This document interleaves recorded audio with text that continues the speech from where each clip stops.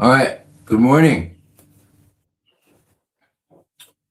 Yeah, here we are. Welcome to Sunday Night Live. Sunday morning. Hello, hello. Hello, hello. Hello. Hello. Where's sound? No. Sound. Where is sound?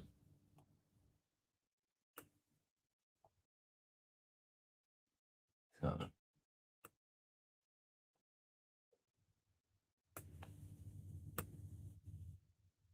Hello, hello.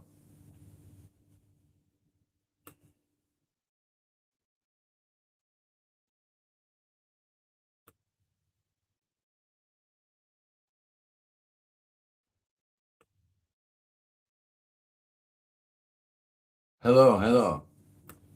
Hello.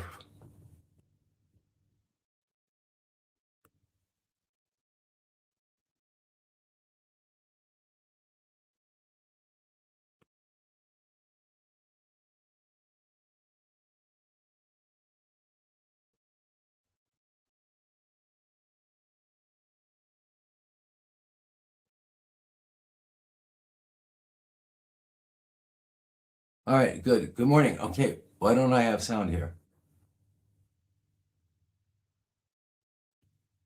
What is wrong with this?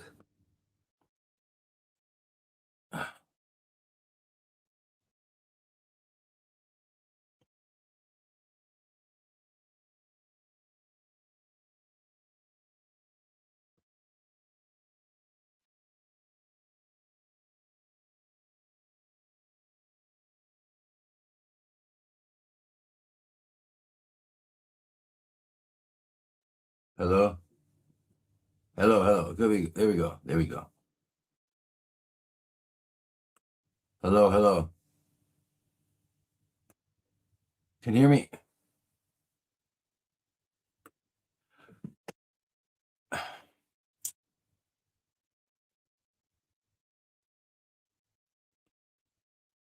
You hear me? Okay, cool. Yes, yay. Yay. All right, cool. Very good. Yes, sawadee kap, namaste, and aloha, everyone. Welcome to Sunday Night, Monday Morning Live.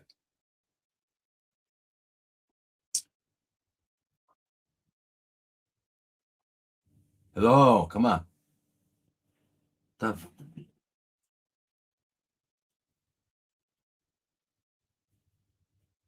Come on. All right, stay on. My God. All right. Hopefully, this will not continue to be fickle. Yeah, okay, here we are.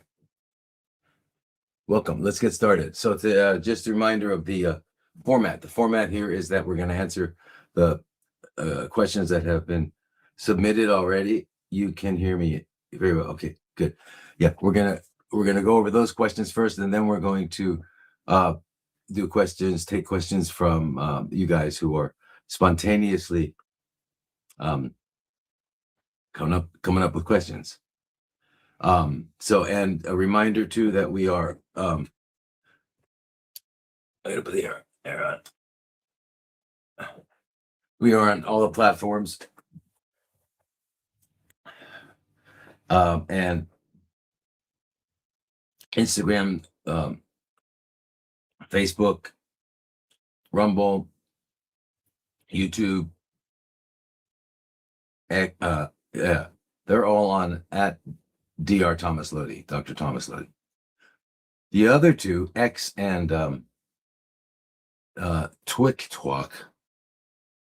TikTok, and TikTok, we're on at Dr. Thomas Lodi MD. You got to add an MD for those guys, okay? Because you know,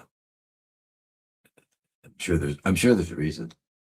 Oh, the reason is because it was already taken or something. Hi from a small island in the Philippines. Yo, you're so lucky. Congratulations for being on a small island in the Philippines. I hope you're safe from, hurricanes and stuff like that. But fantastic, fantastic. So, there we go. Yeah. Okay. So, got the wrong glasses. I got the wrong glasses. Ah, there's the right glasses. Yo, yeah. Okay, here we go. Now, hola. By the way, I'll wait a minute till I know there's more people on before I say it. And let's get this.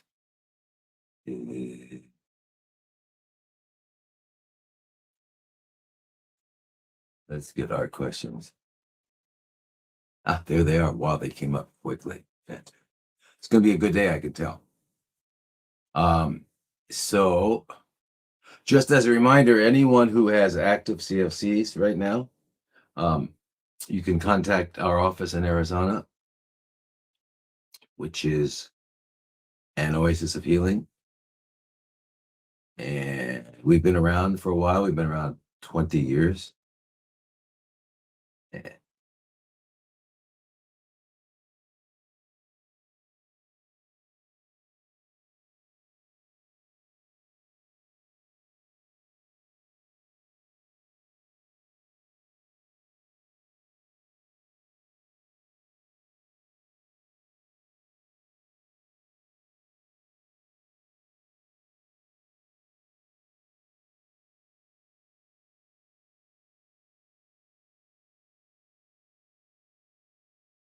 All right, good. We're reconnected.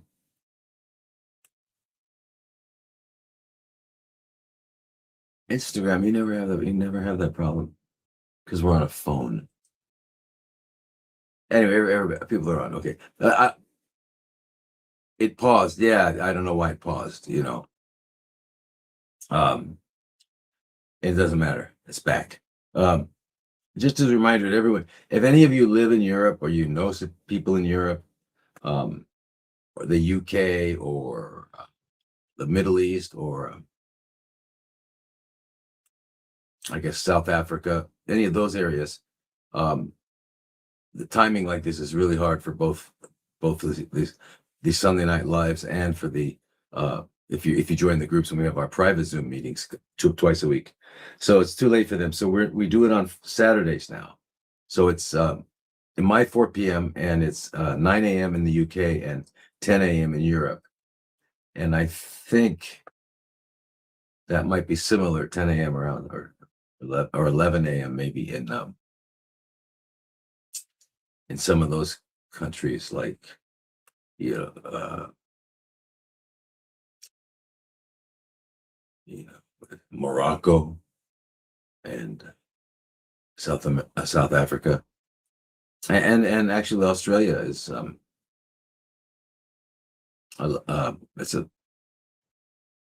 it's about 11 a.m. for Australia as well, and New Zealand. So anyway, just to let you all know, and has my fasting book been released yet? It's done, and it's just being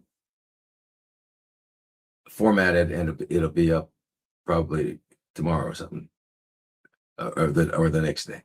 It'll be up. So if you go to the website, Dr. Thomas Lodi, you can sign up early, and so that you'll be notified immediately and get it immediately. All right. Oh, good. So Leanne's, I'm at Oasis right now. Your staff is wonderful, fantastic. Thank you.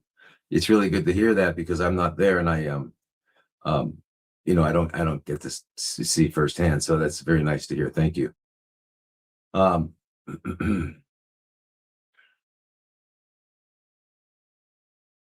Yeah, it's the problem with it is that I'm writing a second book at the same time, which I'll finish as soon as this goes up, on fasting. It's the ultimate work on fasting. It's everything you wanted to know and things you didn't even know were possible to know. It's everything. Yeah. And so here, someone's asking me already, what dose about ivermectin? Okay, and that we've gone over many, many times. It really depends on your So if you're a child or what, but in general, human adults get around 12 milligrams 3 times a day.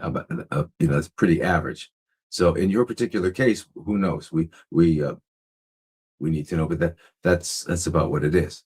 And so shall we entertain some questions? Isn't that a weird word? I mean, to say entertain. We're going to entertain. Well, Voltaire, everyone knows Voltaire, the famous French philosopher. He said the role of the physician is to entertain the patient while nature cures them. So, yes, I am a medical entertainer. So look, in Romania, it's 3:20. Well, listen, Tarzan, every Saturday at, I guess it's 10 a.m. your time is a Zoom. So please find the link, and you got to join the group, but yeah. All right, so let's answer some of the questions that have been submitted, and just remember that we have 3 groups. We have the CFC group, which is what the Rockefellers want us all to believe is called cancer, which is this monster that jumps on people and you don't know what, and it's in your genetics, because God decided to have fun. He wanted to be entertained as he watches his drama unfold. Remember, God's the producer, the writer, the director, the set decorator, the props person, and the casting director. And he casted each one of us, each one of you, for the role you're playing, and you're doing it perfectly. No one could play your role better than you. You're perfect for it. All right. So, yeah. So do you think we were given a cancer gene? Or if you think we evolved from, a single cell organism, and then we had monkeys, and then we climbed out of the trees and became human. If that's how you think it happened, then then what we call evolution, the foundation is called natural selection. Natural selection means survival of the fittest. So somebody who had a cancer gene would not survive as much as people who did, and so therefore it would have been eliminated through the process known as natural selection. So in either case, we don't have a gene for cancer, just like we don't have a gene for diabetes. We don't have a gene for any of these things that we call diseases. Okay, because think how absurd that would be. Because if we look at evolution, how did a gene to produce a deleterious process develop? How would it have developed? And why would God have put it in there? So it's that's insane. And 100 years ago, according to the data that's published, 0.07 people, at least in the US, died from CFCs. And if we realize now that 1 out of 2 men, 1 out of 2 women in the UK get that, and the rest of the worldwide is basically 1 out of 5 people get it, which would mean 20% of the people close to it are dying from that. And in the US, it'd be close to 40 or 50%. So how could that be genetic? How could did we evolve from a low incidence to a high incidence? Is that evolution? Things get worse? Is that how it works? Right? So genetic, huh? So if it is in England, and then that means everyone should have at least 1 parent and 1 grandparent who had it, if it's genetic. Yeah, it's beyond absurd. There's no reasoning. It kind of reminds me of the lack of reasoning that people have who think that the Earth is flat. Ooh, I know I'm gonna get comments. You don't know the Earth is flat. Where have you been? Yeah. Where have I been? I've been on a globe over here. Sorry. I mean, I can't find that big disc in space. Oh, there is no space. I forgot. There's no space. And the sun is not what we think it is. It's just this little ball a couple feet away, right? And what I want to understand real quickly, I know I'm digressing, but I want to understand real quickly, if the Earth is flat and it's daytime in Europe and nighttime over here in Asia, how did that happen? How does that happen? Listen, I'll believe it. I'll come to know. I'll change my database. I'm always ready to do that. If I learn something new, I just need to understand it. I need the physics. So someone please give me the physics of that and other things. Seasons. Anyway, and we're on LinkedIn as well. And so please like, follow, share this live and subscribe to our channel so you will receive notifications every time we go live or post new content. And by the way, the content we're posting now is far superior than we ever did. My son Shota is our editor, and it's amazing. I'm not saying that because it's my son. I'm just saying it because it's true. But it's good editing. Okay, let's start with Nicoletta. And the topic is alopecia. Hi, Dr. Lodi. My name is Nicoletta. The reason why I'm sending you this email is my 17-year-old son. He's been suffering from alopecia areata universalis since he was 12 years old. I tried a few functional doctors, and still after 5 years, my son has no results. Do you have any recommendation for me, please? What to do to help him? He went through a lot these 5 years, and I don't know where to go anymore. What do you think? Thank you very much. Well,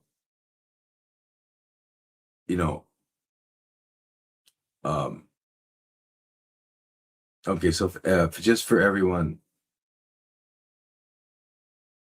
so we all know what we're talking about. Alopecia is the word for loss of hair, and alopecia areata comes from the word area. So usually alopecia areata manifests as like discs or just circles, like crop circles, where there's no hair. So she said alopecia universalis, which means it might have started like that, but it's now encompassing most of his head. And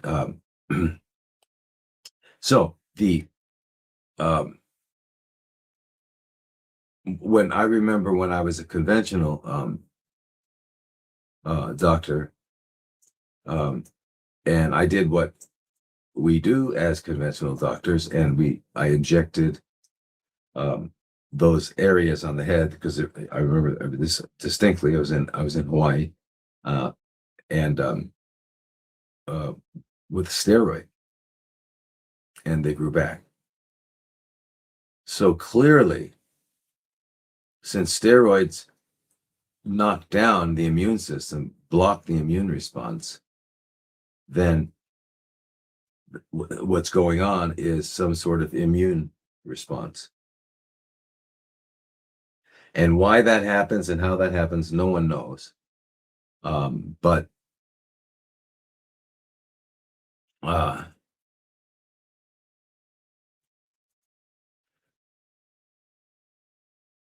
so what do we do? As Universalis, and he's young. He's a young boy. Now, one of the things we understand. So, and so it usually affects the scalp, but it can affect the beard and the eyebrows too. And someone can have like a patch of just skin in a beard, right? So conventionally, because it's responds to steroids, the conventional we can't use the word conventional wisdom, so we have to think of another word. So what's the opposite of wisdom? Yeah, whatever you think that word is, that's what it is. Okay, So they think it's an immune system, that the body has made a great mistake, and it thinks that the hair is the enemy. Okay. So the good news, or the news you'd want to hear, is that this absolutely is reversible, right? And let me move this thing here. Yeah. Okay. So it's reversible. And so what would we do if we're not going to use steroids? Which if he's really desperate, he could go to a dermatologist who knows what they're doing and do that, right?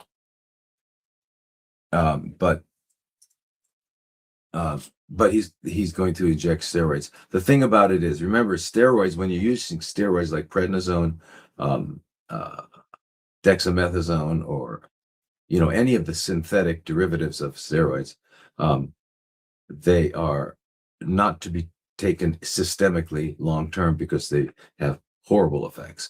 Horrible effects. All right, just horrible.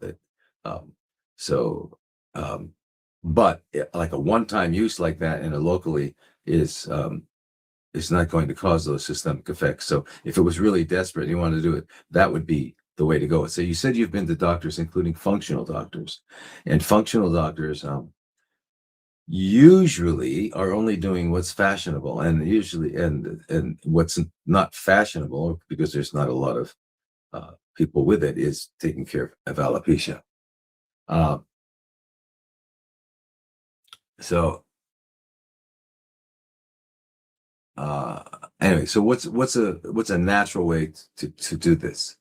Well, it's a lot of times what happens, and so his is universalis now, but a lot of times what happens is you'll have a patch of no skin, no hair, and then it will grow back and it'll start somewhere else, right? It can do that. So it's dynamic, but it is reversible. That's a good thing to know.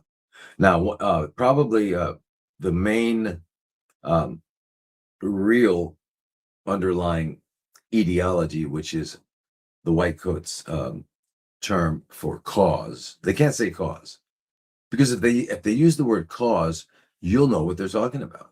And if you know what they're talking about, that means they don't seem so smart, right? Okay, alopecia, right? But it is psychological stress.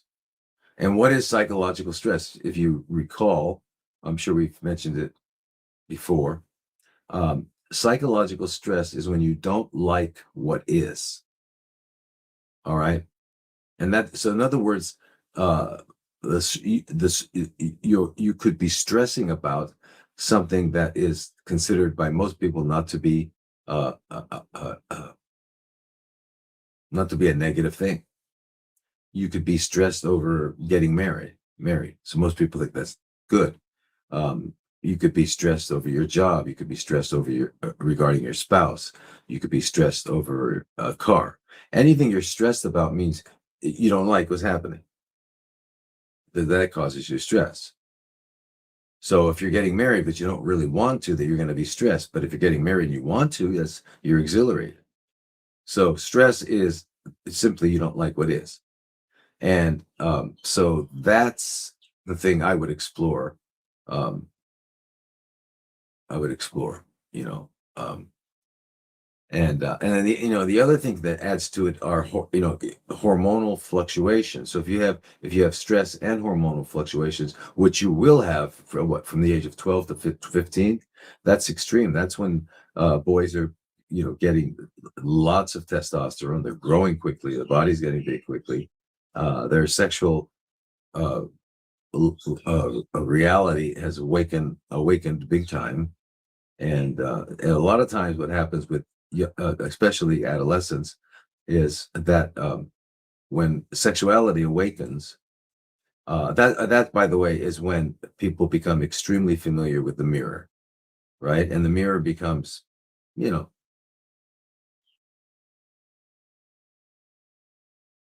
a big central focus. At least in Western society.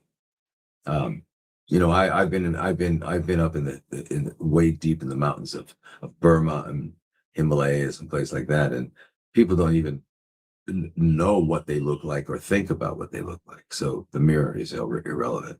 They don't use it too much. Okay. But anyway, in our society, if you're young and you're becoming sexually aware and you're in high school or junior high school, um, you are you begin to compare yourself with others, and what develops is envy, loss of self-worth, unless you happen to be one of the beautiful people. It's interesting when you look, I mean, if you go back, this is true from like most people in their high school. You go back at the person that was the most popular and all that, and their life didn't turn out the way they wanted or you thought it would have turned out. It's really interesting. It says that. And the person who was like average is like as bloomed. It's just weird. But anyway, um, but basically, there's an immunological thing going on, and now the question is, are the elevated immune cells, are they the cause of this, or are they a response trying to uh, uh, produce an adaptive response, which is really what's happening, because all the body ever does is adapt. All right. The other thing is malnutrition. So I don't know if he's eating home cooked meals or he's eating a lot of fast food. So if that's it. Um, so the thing that happens, which is different than men who experience male pattern baldness, is that in alopecia the follicles remain. If someone gets male pattern baldness, they lose their follicles, right? So that's a big difference. Okay. So basically, it's like this. It's a temporary withdrawal of of the process that by which hairs grow. That's what it is, and something's blocking that. So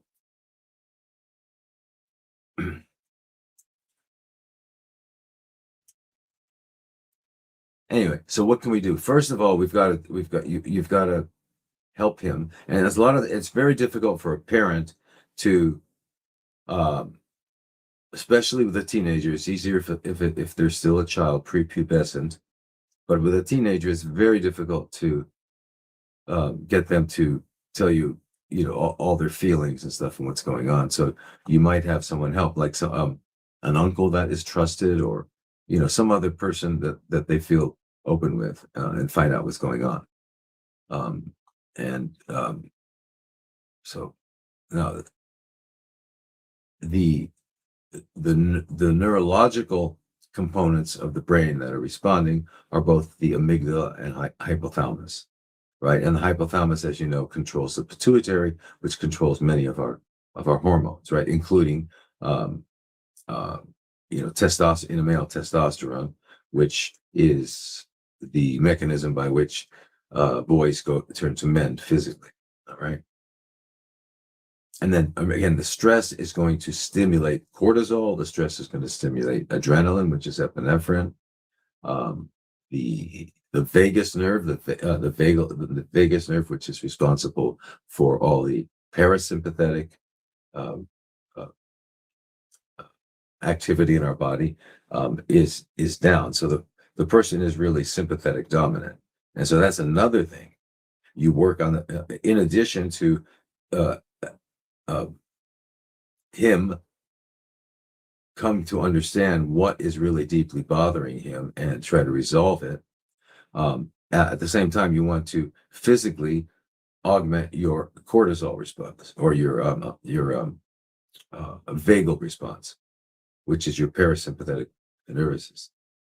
And that is activated by many mechanisms. All right. It is the part of the nervous system that is active when we are digesting, and, repairing and metabolizing, because it includes all of our internal organs, right? And their functioning, right? And the word is autonomic nervous system. They could have said automatic, but they didn't want to, because you know what they're talking about. Remember, they don't want you to know what they're talking about. because the truth is they don't even know why they're talking. Anyway, I know I put doctors down a lot, and it's only because they deserve it. Yes, I wouldn't do it if they didn't. But my doctor's a really nice guy, or a lady, really nice, really cares, and doesn't look for the cause, wants to give you a diagnosis and then drugs. That's not really nice. Okay. So anyway, so the endocrine or hormonal thing that happens is you get cortisol high, your catecholamines increase, which is adrenaline, and there are other ones in the body, and then the circadian rhythm gets off. So I don't know if he's sleeping um, early, to maintain his circadian rhythm. And another thing, that he can do at night if he's having trouble sleeping is there's a little exercise where you sit quietly and with no artificial lights, etc. And in a chair comfortably, close your eyes and breathe in through your nose about 4-5 seconds, and then exhale through your mouth. And as you're exhaling, you hum. So and you hum usually, you exhale usually around twice as long as you inhale. And doing that 3 to 5 minutes completely activates your parasympathetic. And it's a good way to help people sleep. But it's doing is activating the parasympathetic, it's restoring balance, which will lower cortisol. Okay. And even the cytokines, which are chemicals produced by the immune system, they shift. Right. So anyway, it's a good practice, and you can take that in. The other ways of doing it is after a long strenuous workout or run or something or anything, you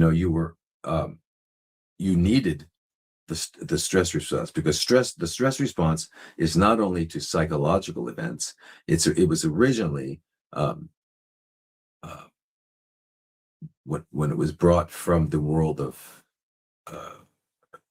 mechanics, right? Like stress on a beam, stress, which is opposing forces. Stress on a beam, it became stress physiologically, and then it became stress psychologically. And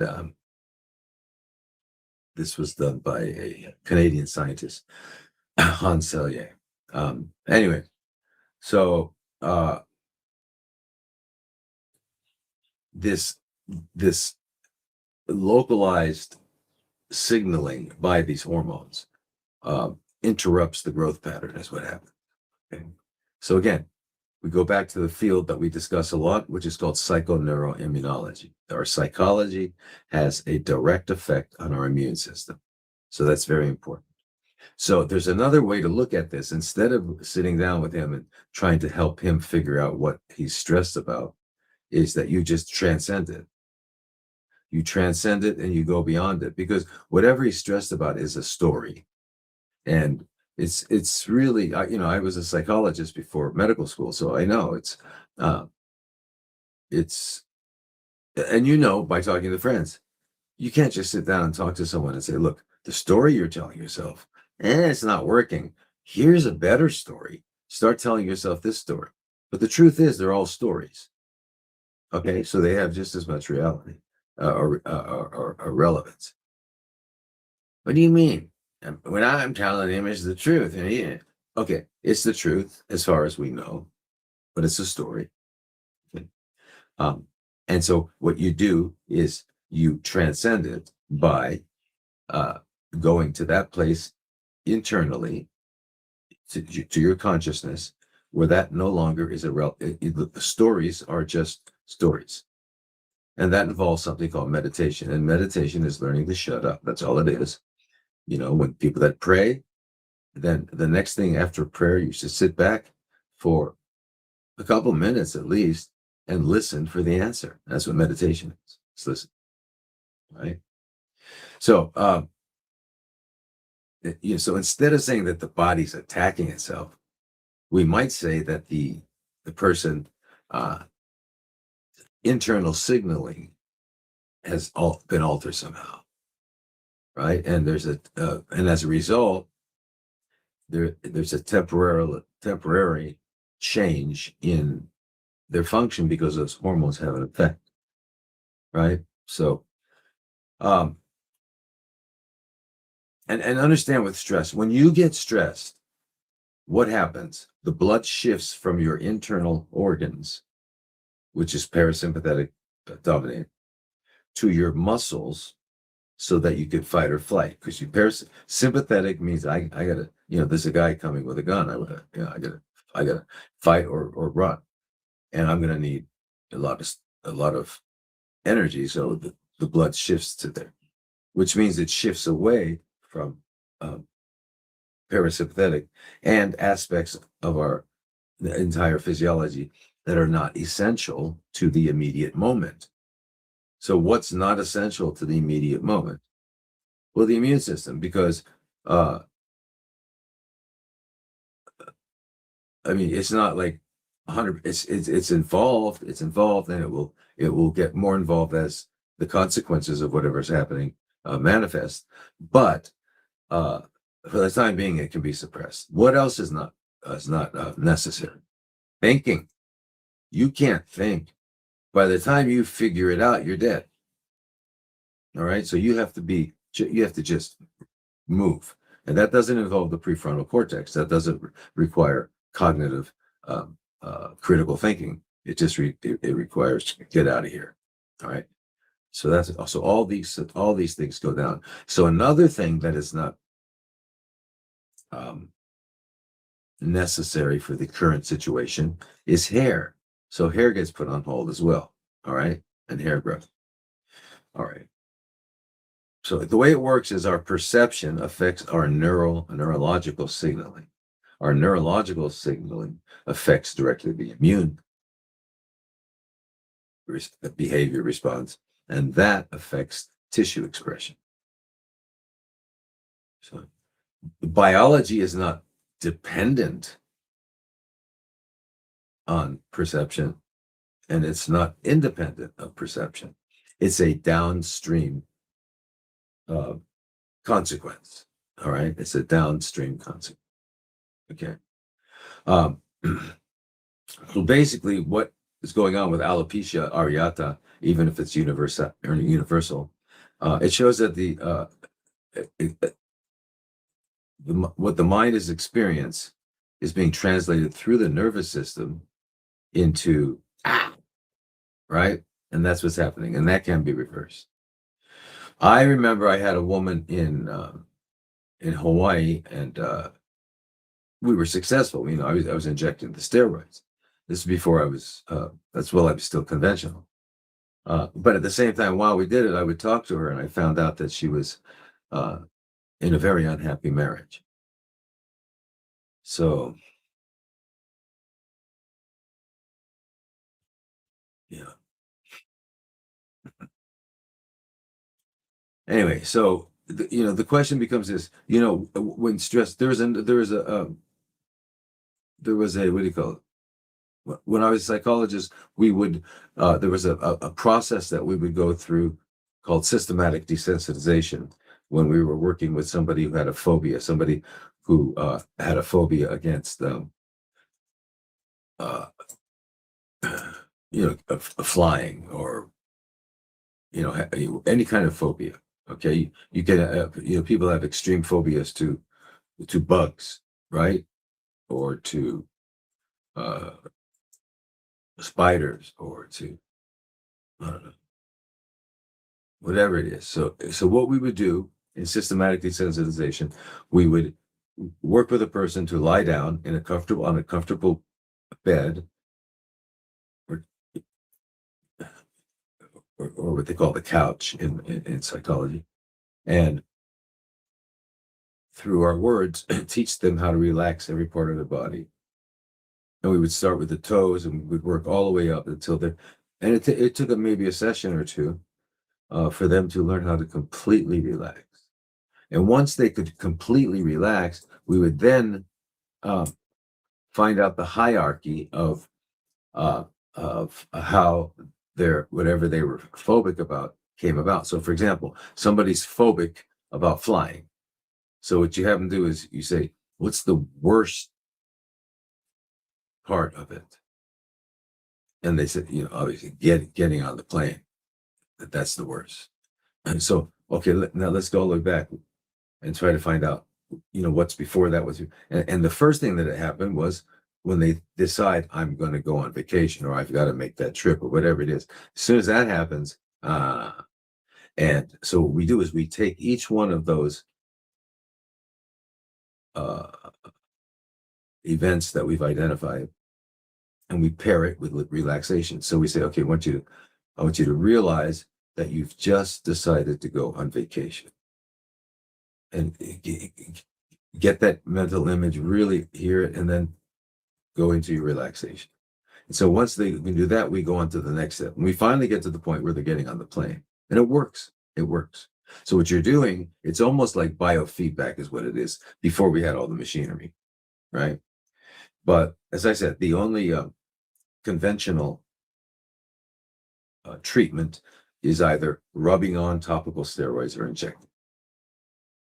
Okay. I'm not sure if I helped. I hope I did. But anyway, so let's see what's the next question. The next question is from Tom. And the question is P53 null. It says, can you address P53 deficiencies in general?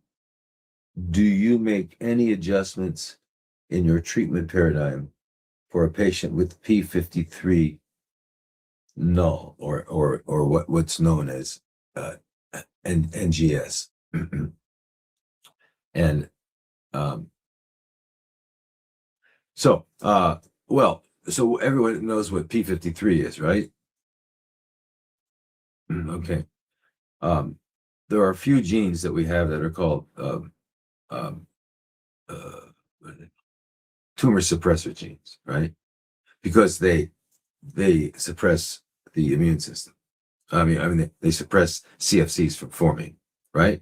So, because CFCs are forming all the time, right? And where is this here?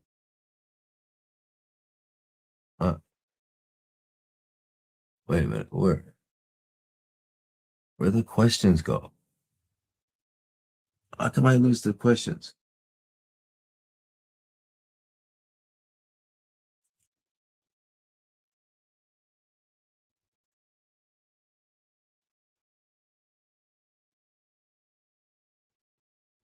And then they come.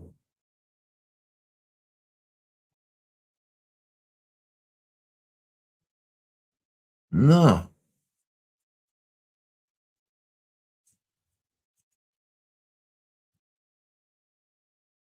Another. Anyway, so the P53 is called the guardian of the genome. So whenever during the day, which, and this happens to everybody, cells are put in a position where they lose their 60% of their mitochondria, right? Or getting close to it. And so the P53, the protein goes in there and blocks that whole process.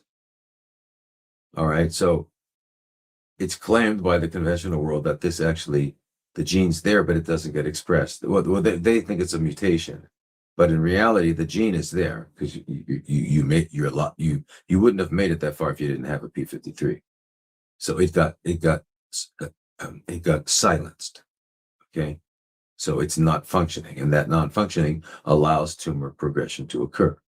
All right, and so it's according to the research, the P53 is in truth inactivated in many. So is a gene called PTEN and another one called P21. There's many genes that are what they call tumor suppressor genes. Okay,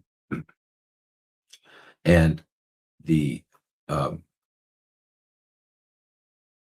so basically what happens is that if there is a mistake, see, as the DNA is dividing, there are mistakes. And there are many enzyme systems to correct them, including what we have named the BRCA and other ones. And so it's several different enzymes, right? So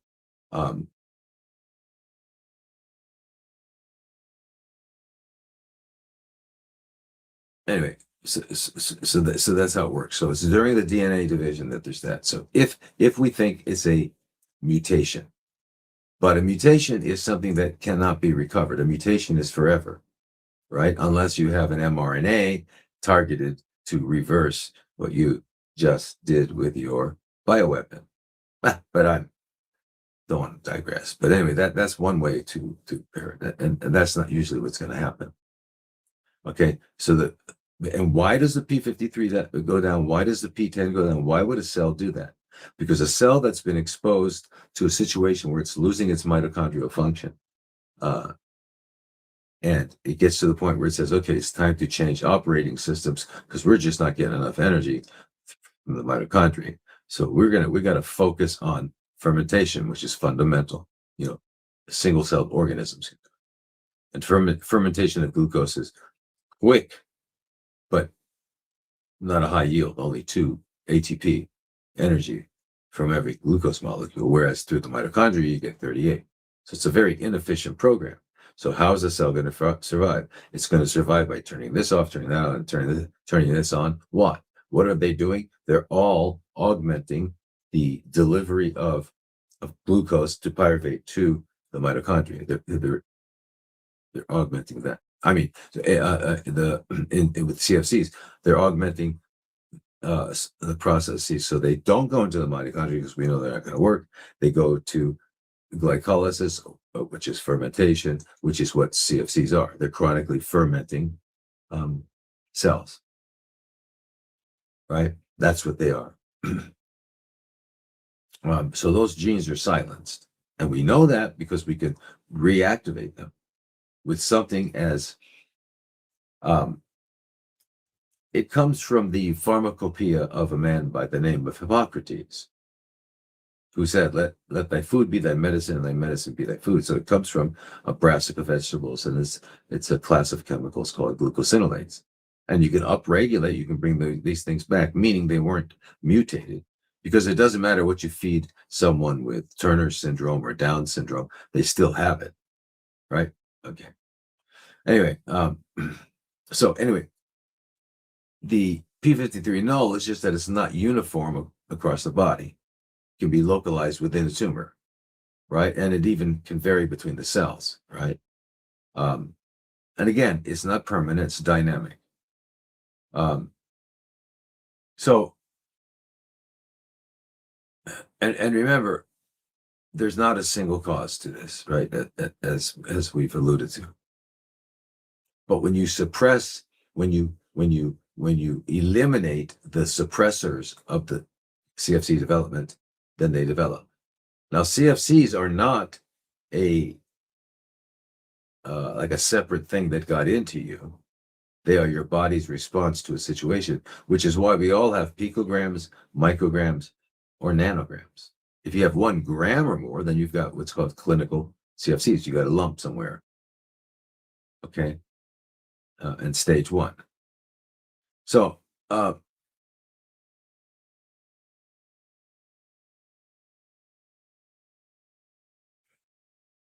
anyway, so it's just so the null means it's just probably just in the tumor, right? And so the loss of P53 function, as I said, is found in most tumors, regardless of where they began. If they began in the ovary or the elbow, it doesn't matter. All right.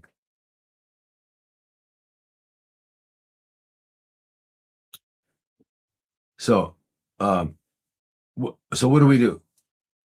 Well, we have to restore mitochondrial function, and we have to restore the P53. So one answer for it is, regardless if it's null or if it's all over the place, the thing is to let's give it what it needs to be healthy. And so I would recommend getting 2 or 3 handfuls of broccoli sprouts, because it's equivalent to at least a kilo of mature broccoli in terms of its nutritional value, and just put them in a smoothie you're going to make every day with 3 tablespoons of freshly ground flax seeds, fresh nut milk, and then strawberries or pineapple, whatever you want. But make sure you're getting that. All right. Okay, because that's one thing we know works. All right, and so and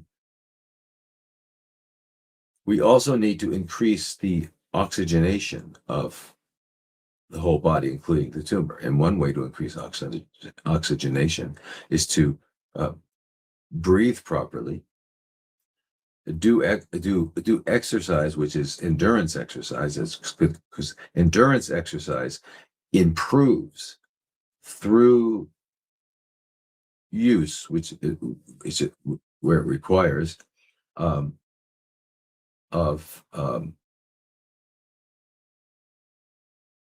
our cardiopulmonary system.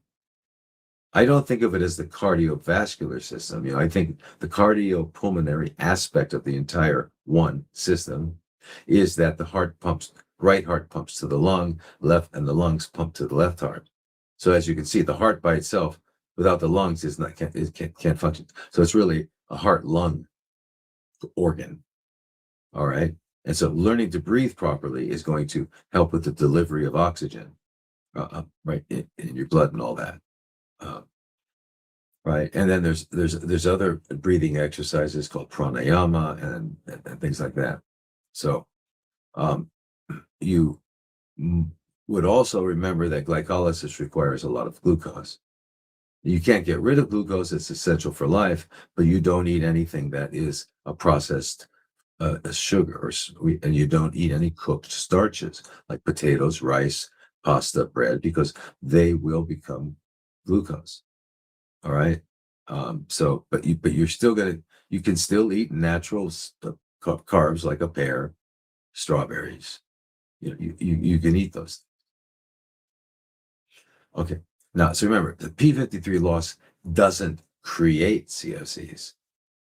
It just allows this metabolic shift to occur, right? And so by lowering the glucose, it also lowers insulin, and it lowers IGF-1, which is your growth hormone, increases ketones, activates autophagy. And basically, when you do that, you're turning yourself into more of a fat metabolism. And believe me, eating a vegan a ketogenic diet is a lot more easy and fun than eating an animal-based one. Because remember, a ketogenic diet means you need like 80% of your intake to be ketone producing foods, right? And that's fat. That's the fat around your steak. That's the fat that's in bacon. That's Crisco. That's butter. That's what fat is. Eating a steak is not fat. There's some fat in it, but you're basically, you're not, right? So you would eat the rim around the steak,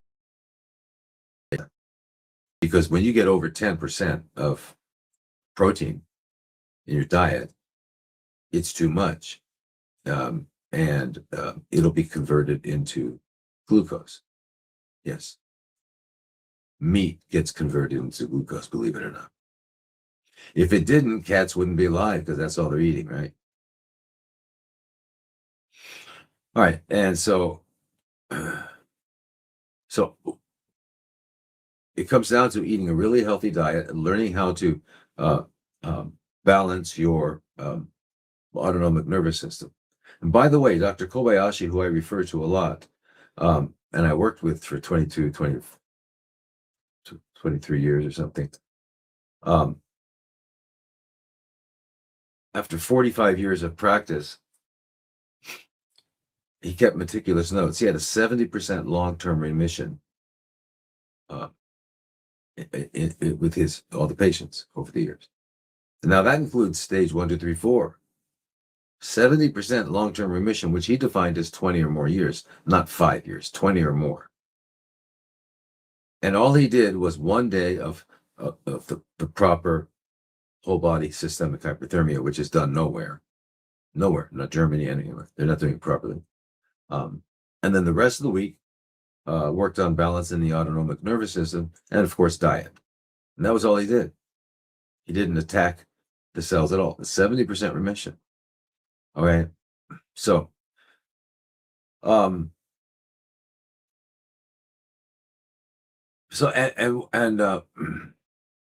remember something too, that cells will use CFCs will use glutamine as well as glucose for fuel. So do our regular cells. But you need glutamine because glutamine is the main fuel for the cells that line your gastrointestinal tract. And so if you didn't have healthy lining to your gastrointestinal system, you wouldn't be able to digest well. You wouldn't get the value out of eating. It's also the main fuel source for our lymphocytes, which are NK cells and killer T cells and activated. We kind of need those. So you don't want, you can't lose it. Plus, it's the most abundant amino acid in our body, and we produce it. It's what they call a non-essential amino acid. There are 9 essential amino acids, meaning we have to eat them. The other 11 we can make. Well, it is one of those 11 we can make. And we can also make glucose, and we do. Okay, so you can't do it. Anyway, so this is where I would go with it. I would work on physically exercises for activating the parasympathetic system. But anyway, I started to say earlier, after a workout, after a run, which is using your sympathetic, you switch into parasympathetic, right? If you've really exerted yourself, you get a relaxed feeling, right? Humming, taking a long, leisurely, quiet walk, especially if there's green around. And if it's nighttime, it's fine. And it's a nice thing to do before sleep, right? And humming. There are many. In fact, I'm going to do a little video series about going to Vegas. I think it's time we all went to Vegas, and we're spelling that VAGUS. Okay. So,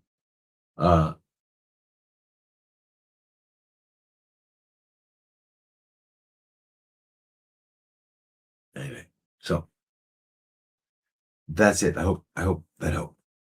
Let's see, what's the next question? Where's the next question? Here we go. The next question is, wait, let me find out from Mamical. All right, good. So 136. Can you spell doctor's name you mentioned, please? Ooh, remind me, what was I talking about? I mentioned the doctor.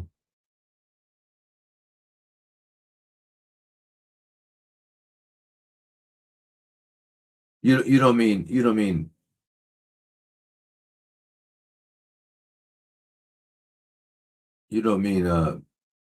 Hans Selye, who coined the term psychological stress. Kobayashi, the Japanese doctor. So Kobayashi, Kobayashi. His first name is Tsuneo, which is Tsunea. Neo, Tsuneo. But in Japan, you call him Kobayashi Tsuneo. He's passed away now. He passed away 2 years ago. Abruptly. It was just ridiculous. So sad. There's so much I didn't. So he's not around anymore. And I don't know if his legacy was passed on, because the last time I visited him, I could see he had ascites. I said, "What's going on?" Because he doesn't drink or anything, and he didn't have CFCs. And he said something about botanical. I never got, a lot of times I couldn't get straight answers from it. So I don't know. Maybe ingested, the Amanita phalloides mushroom. But I said we can fix that, because you can fix, end stage cirrhosis, with ALA and low dose naltrexone, and there's a few other things. And so I said I need to go to Thailand and get it. And when I was in Thailand, he passed. It's just crazy.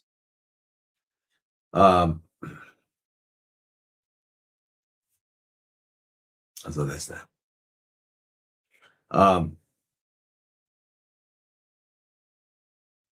So Tom, I hope that helped.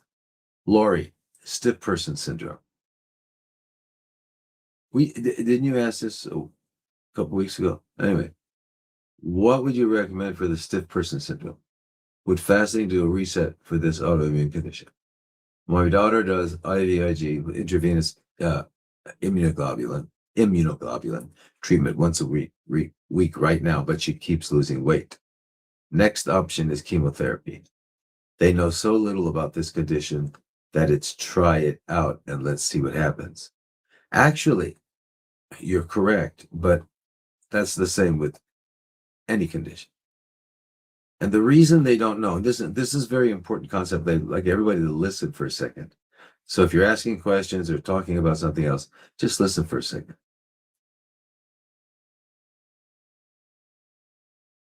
The most pressing issue in the doctor-patient relationship is for the doctor to diagnose what's going on, to name it. So to diagnose it, it's just a name.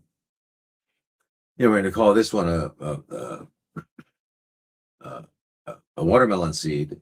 We'll call this an apple. And the reason I'm being weird is because the diagnosis that they give you is just as useless. They're going to give you a description of the microscopic anatomy under a microscope. This is an adenocarcinoma. Adeno means it came from a gland. Okay. And, well, that's the diagnosis. It didn't tell you what you want to know, and that is, how did I get this and how do I get rid of it? So it has no utility for you. But anyway, that's the most important thing, is for them to diagnose it. But as soon as they diagnose this, what stops? Everything. Inquiry stops. We stop looking for the cause. We've got the diagnosis. Now we treat.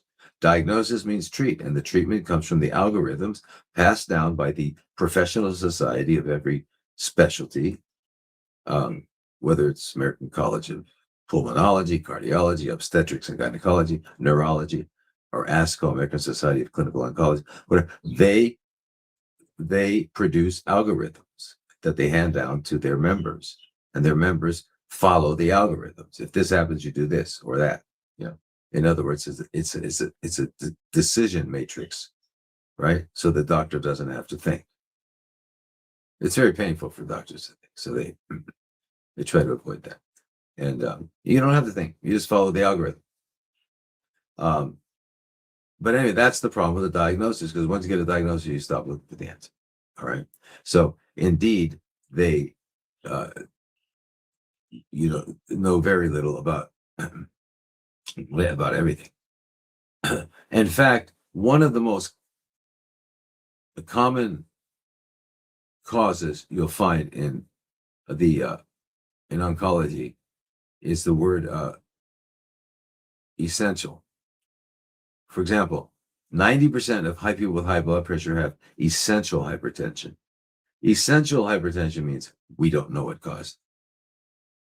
There are a few obvious causes, like problems, with kidneys and other things. There are, but anyway, that's it. So it's essential, meaning we don't know. So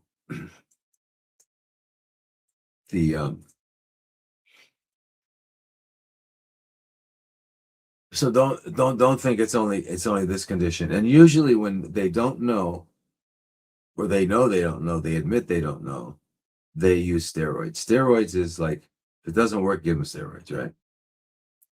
So you said it was what? You said it was your your daughter. Okay. So she's getting intravenous immunoglobulins. Immunoglobulins are made from B cells, right?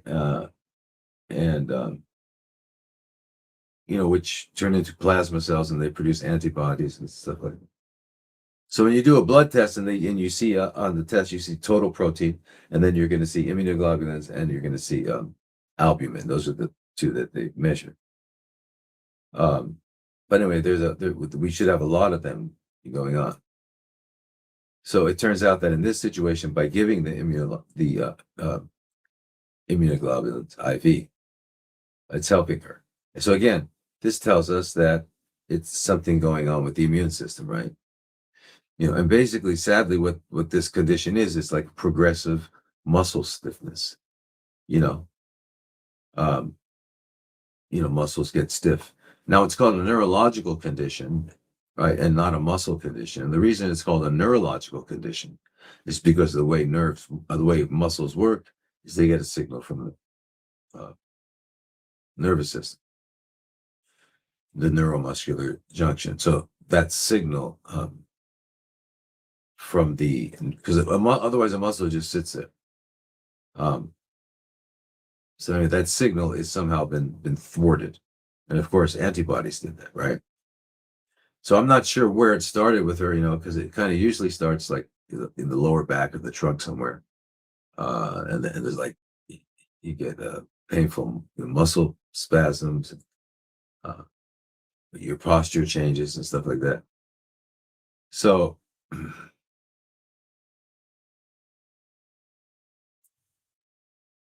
an interesting thing about the nervous system is that the nervous system is, the input we're getting into our brain, to our senses every second is more than we can manage. And so most neurology is inhibition. We inhibit. And so what happens with what they're calling stiff man syndrome or stiff persons, it used to be called stiff man, then they became politically correct and calling it a stiff person, is that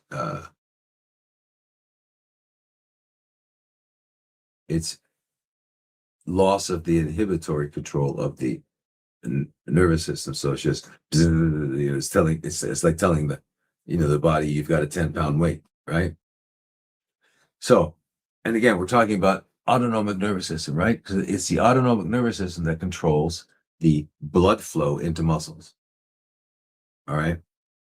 So the main hormone for inhibition is called GABA. As you probably heard of GABA, right? GABA, gamma aminobutyric acid, right? GABA is the neurotransmitter also in our brain that relaxes us, right? So if you're tense, and a good thing to remember this is when you drink coffee only, you're getting caffeine at a fairly good dose, depending on how strong you like it. And that caffeine is excitatory. But if you're drinking green tea, you can not only get caffeine, less of it, but you also get theanine, and theanine stimulates the GABA. So with green tea, you'll get alert, but not anxious. You'll just be awake. So anyway, there's an enzyme called glutamic acid decarboxylase that makes GABA, and that gets inhibited. That's what happens in this condition.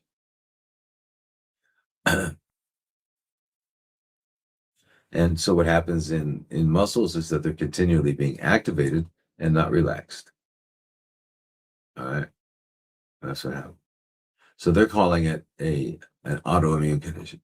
Again, the immune system went after it. Now, the once most prescribed drug in the world called Valium.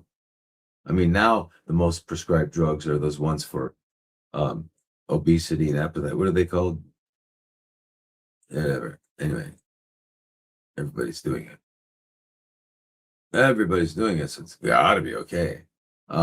Anyway, it was Valium. And so Valium was developed not for a mood, not to calm you down, but to actually block the neuromuscular junction. So to increase the GABA, right? So benzodiazepines, but mostly Valium, because benzodiazepines like alprazolam are going to make you sleepy in there. So it's mostly Valium.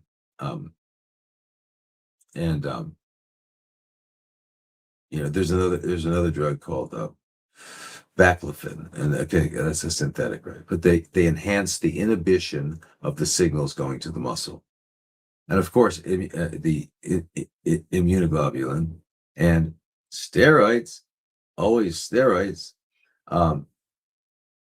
and something we talked about last week, and that is plasmapheresis. And we talked about it in what was it on here? We talked anyway. we were talking to somebody who had multiple myeloma, which means they had too many of a certain kind of uh, protein in their body. Too much of it was causing problems. And so it causes problems with the kidney and all sorts of things. So while you're working to decrease that process, you want to stop the damage being done, so you can go through something called plasmapheresis. Plasma is the liquid portion of your blood, meaning it's not your white blood cells, your red blood cells, or your platelets. It's none of the cellular component of your blood. It's just a liquid. And so what they do is they hook you up to a machine, and your blood comes out, and it kind of cleans it and puts it back. So you don't have a large amount of blood out of you at any one moment, because it's coming out here and it's going in there. And this used to be only a hospital-based practice, but now it can be done in a doctor's office. And it's called double filtration plasmapheresis, DFPP. And this is good for people that have CFCs, active CFCs. If you can get a doctor to do that, if you can find one as an outpatient. You don't want to go in the hospital. But you can get it done as an outpatient. So DFPP. But anyway, that would be the other thing, right? So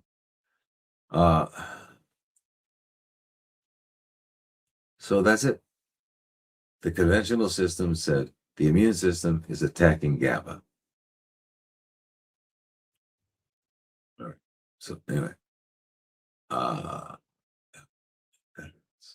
helps. And keep in mind too that the whole GABA thing is sympathetically driven.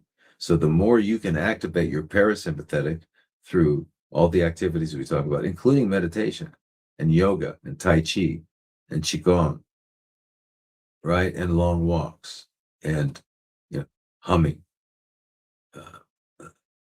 All these things activate the the parasympathetic system.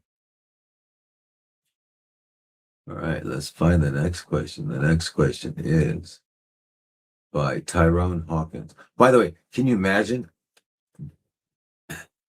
in the diagnostic manual, there's one called stiff person syndrome.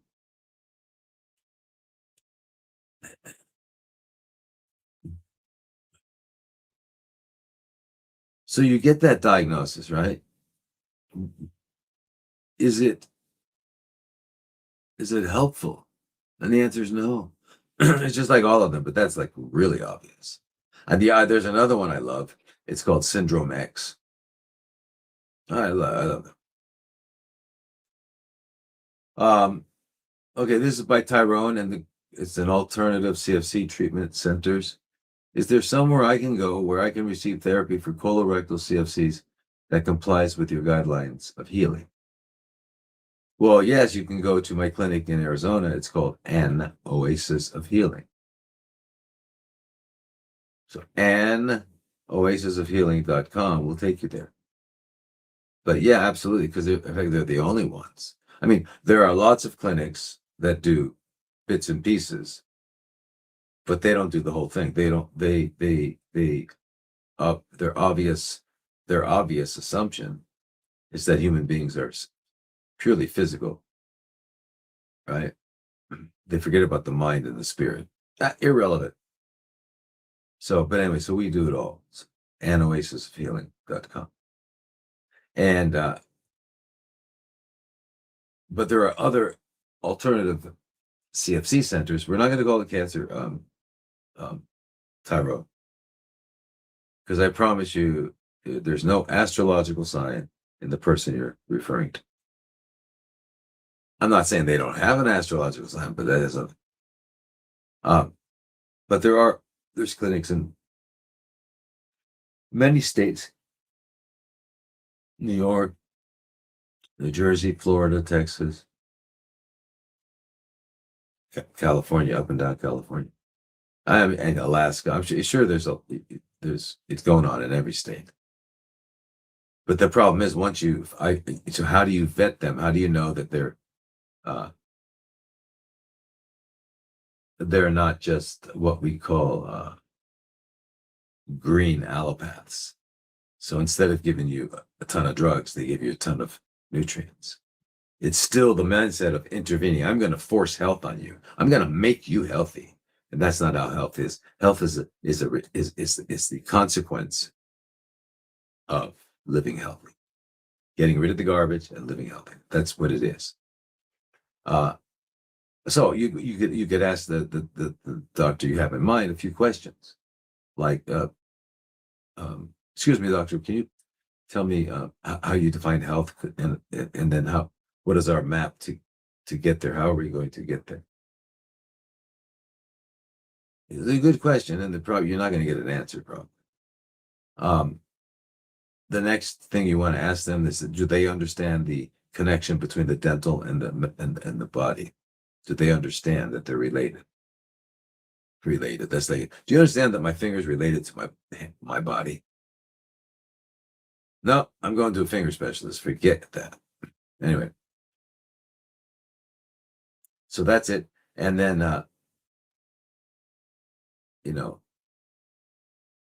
unfortunately, you're not going to meet anybody who doesn't use the Rockefeller language, linguistics, right? Of cancer, tumor, treatment, prognosis, remission,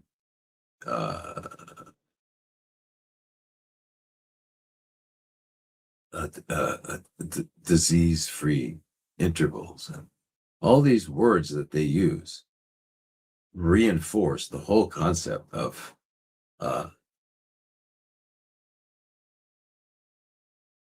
Rockefellers, which is you have a disease that you need to get rid of. So that's the only problem. So when you have this knowledge and you have to work with a doctor who doesn't quite have that knowledge, you just put that aside and get what you can. So if you can get intravenous vitamin C, if you can get your hormones balanced, if you can get those things, if you can get double filtration and plasmapheresis, any of these things, then get those, but then, close your ears to all the other stuff they're talking about.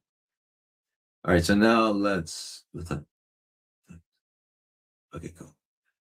This is Charlotte,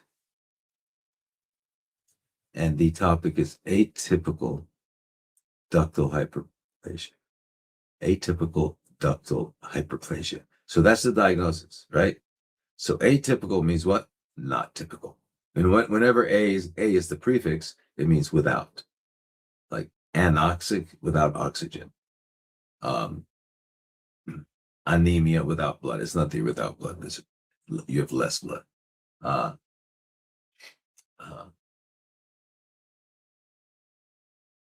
And by the way, that's where agnostic comes from, because the word agnostic means to know.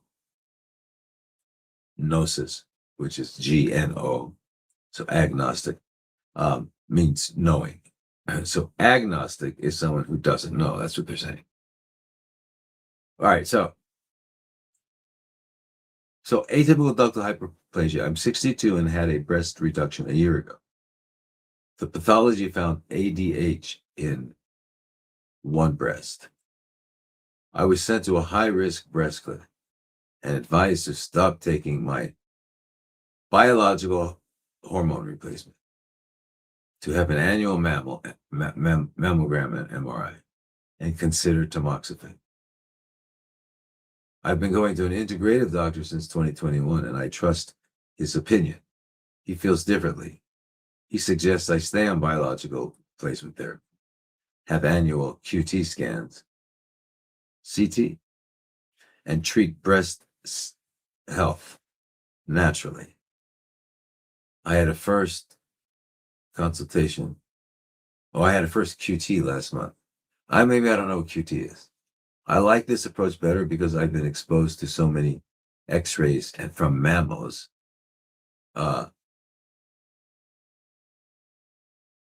And lots of callbacks, BC, breast CFC. I have dense breaths and they always see something to get callbacks for more views. Right, one of the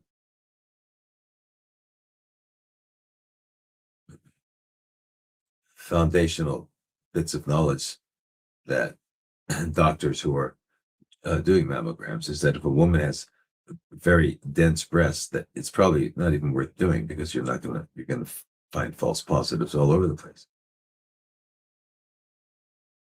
So the question is, I would love your opinion on, is it safe to continue or do I stop regarding the BHRT, a biologically identical hormone therapy? This has caused me so much worry. One more quick question. I'm interested in water fasting to reach autophagy, but I keep reading that I will lose muscle and not recommend it for my age. I know you're a big proponent of water fasts, so trust your opinion. All right, very good. So, Charlotte, let's start with the beginning. So biologically, you're 62. So you've gone through menopause, meaning your ovaries are no longer making estrogen. Your adrenal glands are making androgens like androstenedione and testosterone. They circulate when they wind up in tissues that have fat, like breasts, thighs, bellies. The androgens are converted into estrogen, which means you're getting estrogen. So depending on how high so I would look at your DHEAS, which is one of the precursors to progesterone. To testosterone, estrogen, estradiol, right? So the adrenal glands make both DHEAS and, of course, the androgens, testosterone and androstenedione. They make those. All right. So DHEAS, by looking at it, you'll have a good idea of whether or not you're deficient or you have plenty. So that's one thing to take a look at. And the problem with doing blood tests is that in a postmenopausal woman, you're going to have low all estrogen and progesterone. You're going to have low. That's to be expected. But what you're not measuring is what are the levels in your breast, because the breast has higher levels of estrogen than the blood, because the breast is partly made. Part of the structure of a breast is fat cells, which produce aromatase, which converts the androgens into estrogens.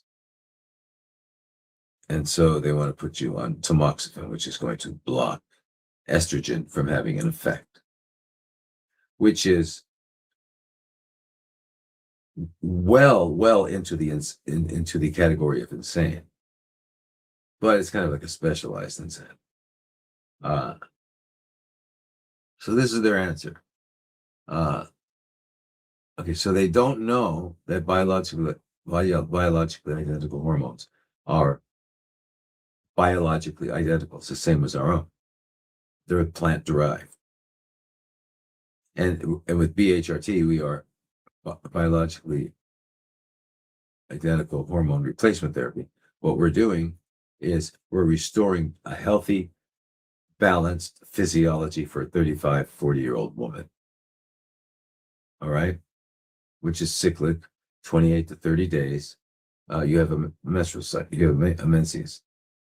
And that's about, that's way it is. That's it. So with biological hormone replacement, that's what we're doing. We're restoring that balance. So it's not only not bad, it's actually helpful and preventive of many things, because you're restoring balance, and a balanced system is a healthy system. All right.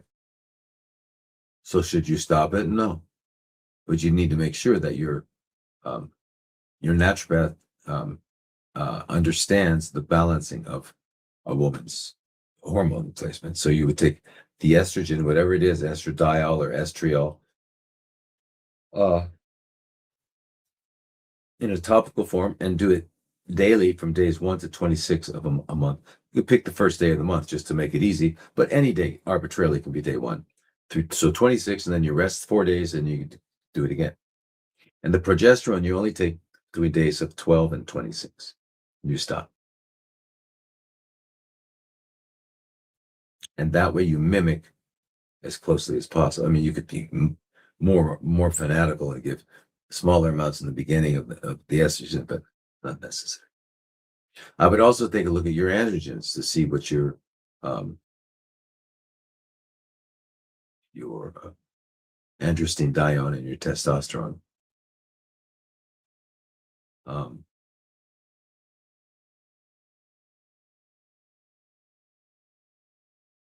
so, what do you suggest for ADH and this reversible? Absolutely reversible.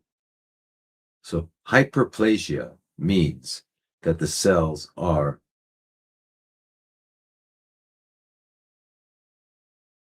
beginning to rely on fermentation. They're not completely, they're beginning, and so their shape changes. You know, because the name for a cell that has gone all the way to become a CFC is anaplastic, anaplasia. Anyway, that's what that means. So that means it's time to just clean up the environment. So for you, it's easy, very easy. You go to your biological dentist that's certified by IAOMT, certified, not just a member. And then you, at the same time, you do a 3, 4, 6 week delicious fresh juice feast. And you do that to clean out all it's just a cleansing. It's cleaning the water in the aquarium. That's what it is. You do that. And then when you resume eating, you're going to eat within a 4 to 6 hour window, and you'll be stopping 5 hours before sleep, and you'll be going to sleep at 9 p.m. And you'll be balanced with your hormones. And now you've got to work on the other hormones, the thyroid and the adrenals. All right. And then you're working on the DHEA because, if it was high, you would know that. And if it was low, you could add some. And you're interested in water fasting. Well, that's fantastic. That would be really good too. If you could right now, if you could do a 21-day water fast, that would be gone. Maybe 30. Gone. Resolved. But not to be done at home without understanding what you're doing and having the appropriate situation and help if you need it. And that's what I've outlined in the book that'll be released in a few days. It's called Therapeutic Fasting.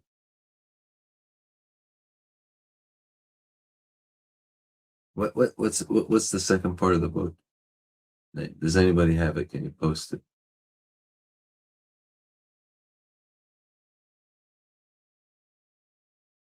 Anybody have a picture of it? It's called Therapeutic Fast. Anyways, it's for reset and renewal. Something reset and renewal. Anyway, so it's a manual that is step by step. What do I do? How do I do it? Can I do it? Because I have a list of certain conditions where if you have this, you can't do it at all unless you have direct medical supervision. And you probably won't be able to get that. So there are certain conditions like that. And then there are other conditions that are called relative contraindications, where if you have this condition, you can do it, but you got to have it closely monitored. There it is. Therapeutic Fasting, a clinical manual for metabolic reset and renewal. Thank you, Michelle. So, and that's most people. And you sound perfectly fine to do it. But you got to, and I give you charts and stuff on how and teach you how to evaluate yourself and all that. So you'll find it to be very helpful. If I can ever get it out. But yeah, it'll be online. You can get it at Jeff Bezos' store, but I'm going to also have it at Barnes and Noble and other places, and it'll be on our website, drlodi.com. Anyway, just a reminder to everybody too that on April 19th, I'll be lecturing. It's free on water fasting at a large conference that's going on now, a virtual conference called The Real Truth About Health. You can go online, register, it's free, and there's lots of speakers. I mean, all the ones that you know. It's like amazing. It's amazing lineup of people. So there's all these fantastic lecturers. So I would definitely join as soon as possible. It started April 4th, and it goes until something. But, I guess if you buy something, you could get all the replays. But I'll be talking about it, and the book will be launched at that time too. So that's April 19th. The Real Truth About Health. I like that. That's a cool name. All right, so now we're into Leslie Smith. I'm sorry, I just said your last. Leslie Jones. Parasites. I have been dealing with parasites since I moved to Arizona. Doctors won't acknowledge this problem. They change the subject, push it under the rug.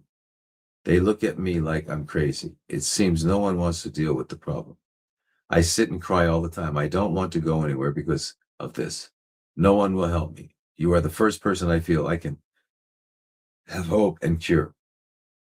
Please help me. I would really like to tell you what I have had to deal with. And now I have my 88-year-old aunt. When I got her on January, she had dermadex, scabies, and intestinal worms. I've been doing what I know and what I have figured out since dealing with this epidemic. I am now at a loss and don't know where to go. I've been taking horse dewormer off and on for a long time. I've disinfected and cleaned continuously and anymore. I think everywhere. I just keep up and I'm exhausted. You are my only hope. I've been into healthcare for 35 years. I've done thousands of hours of research, and I read everything I can. A lot of elderly people have things that are not being accepted as parasite. I'm so tired of people thinking I'm crazy. I'm tired of crying because of this. It is such a serious thing. Why won't they acknowledge it? Acknowledge what it is. Signed, tears of frustration. I hear you. I hear you. The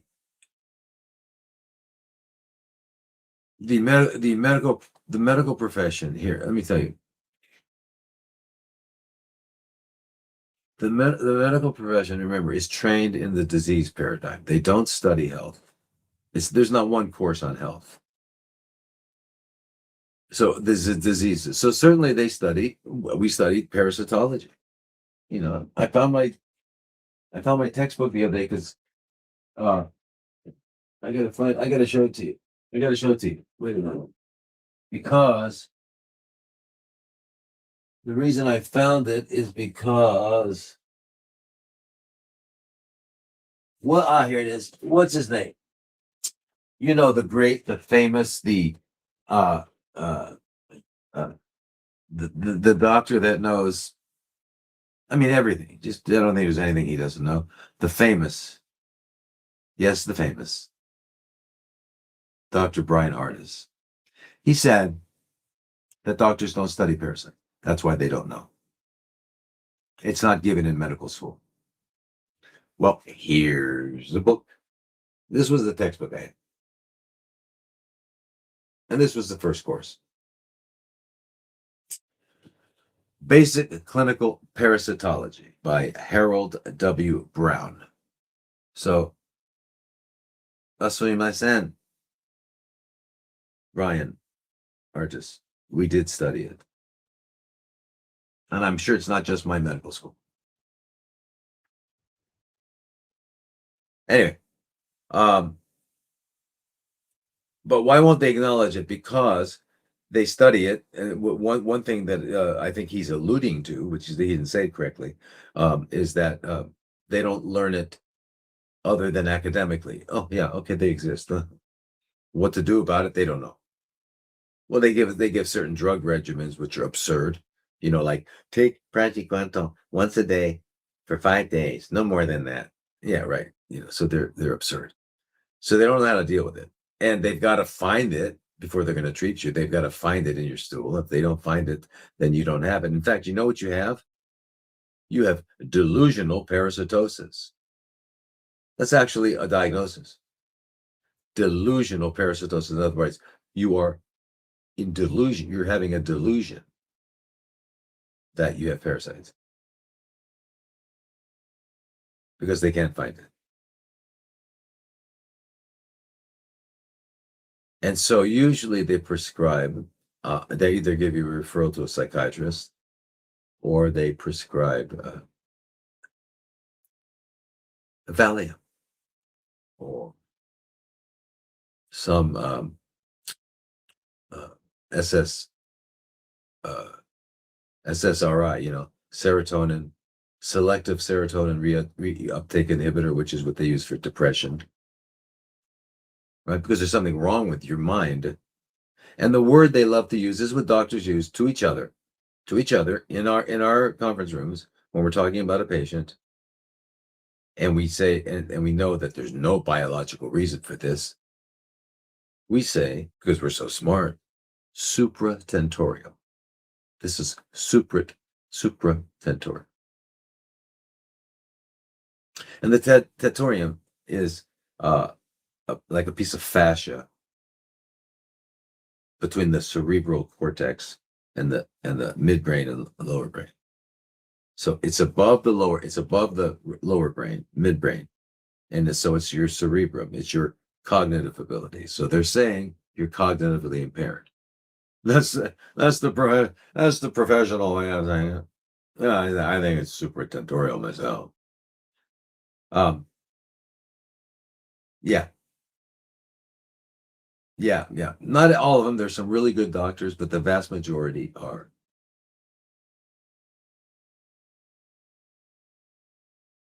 To say disgusting is not doesn't cover it. um. Anyway, so that's it. That's why. Okay, so you're dealing with people and if they did believe you, they wouldn't treat you right anyway. So if you've got them and you think you've got them, so your grandmother had your aunt had worms, the intestinal worms, and you know that because probably because you've seen them come out into the toilet, and so now you have that, and uh, is what I'm assuming, and so that means you want to take um, at least 3 anti-helminthics, anti-worms, and the ones that are used. I can't give you medical advice because I've not met you. So it's not legal. But I can tell you what I would do if you were to come work with me, or if uh, I was working with someone else, I would give it like the combination that is, I think, covers a lot is ivermectin, fenbendazole, and niclosamide, and or praziquantel. And it can be mebendazole instead of fenbendazole.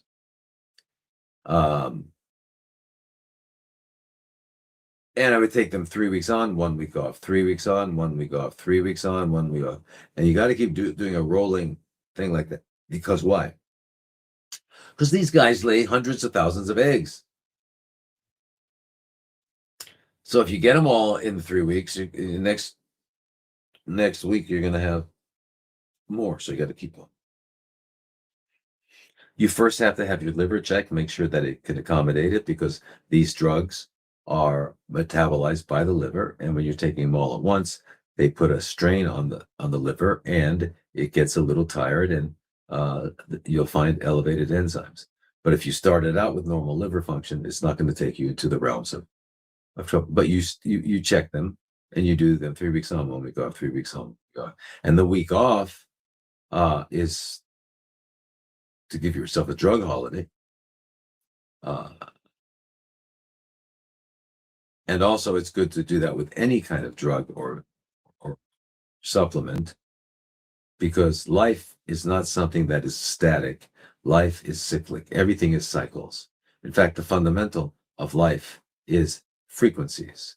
And frequencies, which Tesla said, if you want to understand the universe, you need to understand frequencies.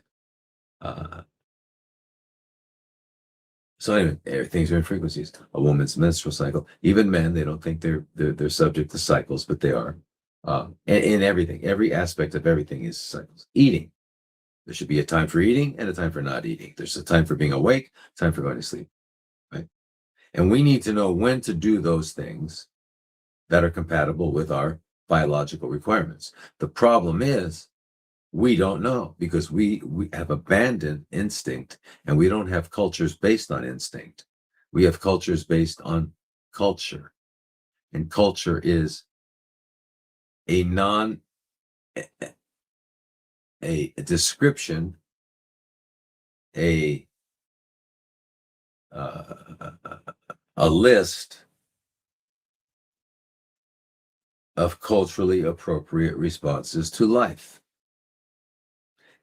in place of instinct. So the assumption of culture is that instinct is bad, right? Because they have good and bad.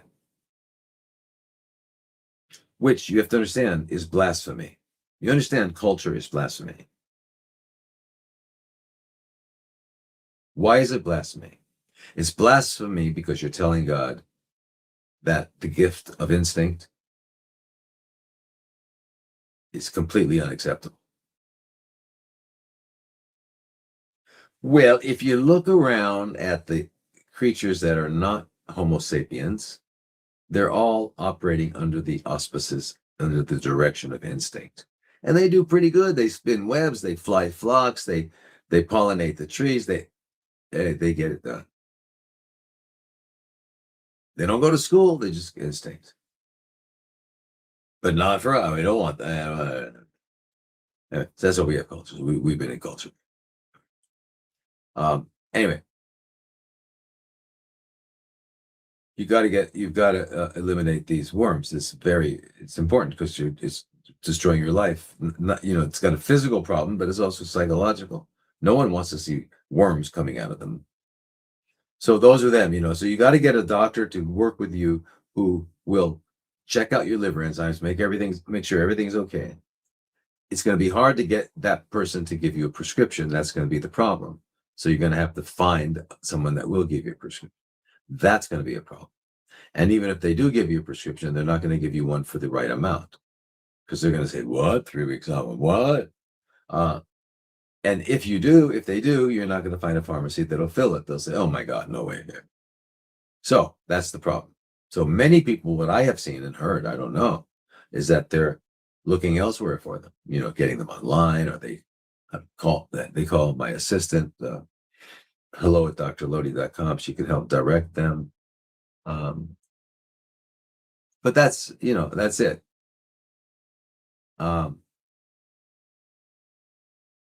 And you want to take an anti-protozoal because they all hang out together, right? There's no there's no segregation. There's no back of the bus for them. They're all in the front seat. So you've got protozoa, worms, and now there's new things coming out like morgellons and synthetic biology. But anyway, yeah. So check with my assistant at hello@drlodi.com, or go online. There are lots of places to get it. And if it looks like it's causing you a lot of stress, join the Parasite group. We have a Parasite group. We meet every other week, and we have private discussions. So do that.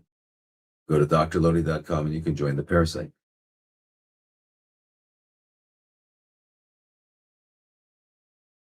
Okay, this is Jason. Jason's topic is Lyme's. Can chronic Lyme's be cured, and if so, how? Okay, Jason, I hope you're listening. And I hope everybody else is listening. This is a very important point. This is why we listen to other people's stories. We listen to other people's stories to help us get clear where we are and where we're going. Because guess what? Contrary to the very premise of Hollywood and celebrities, and that is there's only one of us in the universe. Lots of different faces. But at the core of everyone is something called I. And that I is everywhere. You can kind of look at it like this, if you're so inclined. Its center is everywhere and its circumference is nowhere. Anyway, so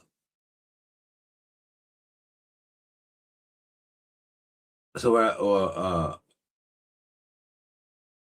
don't know how I got into that, but anyway, so Lyme's. Can it be cured? Now, first of all, we're assuming that it is a disease because only diseases get cured. And that's not our goal. Our goal is to restore health.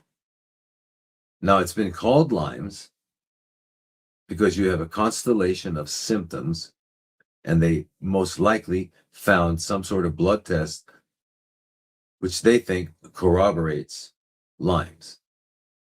And it may be very true that this organism is in you. And more than likely, and especially if you have a history of, having had a tick bite or whatever, right? So it's very likely. But you're not looking for a cure. You're looking to resolve anything that's impeding your ability to achieve health. Because you wouldn't want to get rid of Lyme's and have crippling arthritis or heart failure. So you really want to be restored to health. That's the goal. And we got to stay on that train. That's the train. We're not on a military train looking for enemies. All right. We're looking to be restored to health. Right. And the beginning of the restoration of health is to get rid of the garbage. And if there's this organism in you, that's part of getting rid of the garbage. But that's not going to give you health, which is what you want. So, yeah. So I don't know if they were able to identify it with testing or not. A lot of times they're not able to. But associated symptoms, like chronic fatigue and is all sorts, and it can be debilitating. And then, so what is the difference between chronic fatigue and Lyme's? Well, nothing. I mean, let me not. What did he say? Well, chronic fatigue, they can't find Lyme. In most Lymes, they can't find Lyme. Anyway, I just always try to remind us that these diagnoses are just things they make up. And as if they make us happy. Okay, your diagnosis is you have this. Great. How do I get rid of it? Well, I don't know. You can't. People have this for life. Huh. Oh, I'm glad you found the diagnosis, doc. That was really helpful. You understand? It's the whole system is ridiculous. Anyway, what do you need to do? More than likely, you got this thing going on, and they gave you a lot of antibiotics, which has destroyed your internal microbiome, which is responsible for everything, including your immunity, and you'll never get well that way. So you've got to do a cleanse, a deep, deep cleanse. You've got to go to biological dentist. IAOMT. Gotta go. And you need to begin and do it. You need to do a juice cleanse, probably 6 weeks. All right, a good thorough juice cleanse. In the meantime, while you're doing that, you're going to get started on the certain supplements that are of good quality that we just can't seem to get from the food we eat because our food's been tampered with. Oh my God, do they tamper with it? Yeah, but they say it's for our good. What they do is they take out all the nutrients and then they fortify it. You see, you don't have to fortify a Fuji apple. An organic Fuji apple, you don't need to fortify it with what? So you only need to fortify that which you have defortified. You see, this is just to give them work to do. It's kind of like if you want to get organic food where they don't do anything to it, you got to pay more. If you buy the food that they spent money on poisoning, it's cheaper. So listen, never ever try to understand what's going on because it's incomprehensible. You'll go in circles and come out confused. Um, so here's the thing. This can be eliminated. So you're going to do that. You're going to be taking those appropriate supplements. And if you can, if you join our health and healing group, and we'll give you the list of supplements. I mean, I can't go through them. It's just because I give you the website, how how to take it and all that sort of thing. And you don't have to buy the products I'm suggesting. There's just ones that I've looked over and they look good. You can get it from anywhere that you think is good. So I'm not selling anything except truth. And actually, Sunday Night Lives, I don't sell it. I just blabber for free, but I like it. So it's not free. I'm getting enjoyment out of it. That's my pay. Anyway, so this condition that you're calling chronic Lyme, first of all, I would drop that name. Drop that name, because even if they found an antibody or whatever they did, doesn't mean anything. Anyway, so you clean yourself out, you do all that stuff, and then you get into treatments that are going to be, first of all, parasite cleanse, definitely, and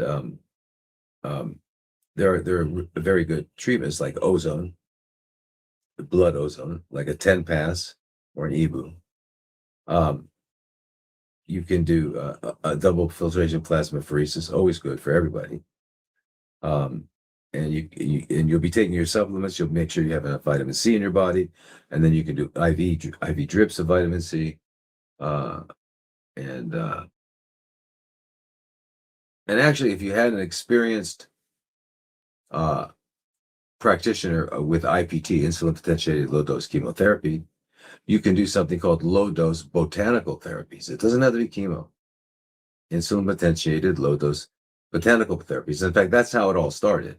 When Dr. Donato Perez Garcia, the first, he wasn't called the first because he was the first. You can't be called the first until there's a second. So we'll just call him Donato. Donato 1, Donato 2, Donato 3. When he first discovered it, he was only using it for like tertiary syphilis that goes to the brain, and other things. So originally it was a botanically based therapy, and then they got into using chemo for CFCs. But you can do that as well, because it seems to also target these guys because so if indeed there is Lyme's and all there, that's another thing. So you go to a doctor who's really good, experienced with IPT and with IPBT, insulin potentiated botanical therapy, right? And you do those because that's going to get that stuff in there. Now, there are substances like artesunate, which comes from wormwood. There are intravenous curcumin, there's intravenous boswellia, many different kinds of things. Ozone, vitamin C, and cleansing, and you never stop cleansing. Colonics and things like that. And then also energy medicine. If you can get a hold of a GB4000 or the Spooky 2, right? Those are very, very, very helpful because they can knock it. If that's there, they can knock it out too. But you don't want to, you got to remember, your goal is not to knock anything out. Your goal is to be restored to health. Because where there's health, there's no anything. No Lyme's, no irritable bowel syndrome, no depression. Oh, normal depression, somebody died or you lost your job. I mean, that's normal. And it's not maybe depression, it's sadness, right? Or I don't know, whatever you want to call it. But anyway, so when we mean depression, we mean someone who there's no real event that happened. They're just bummed out all the time. That's a different thing. All right, so we're gonna get on to. Oh wow, it's 9 o'clock already. So we have to skip over to. We're gonna start answering questions online, and I have to ask you to excuse me 1 second, please. Just 1 second. Actually, 3 seconds.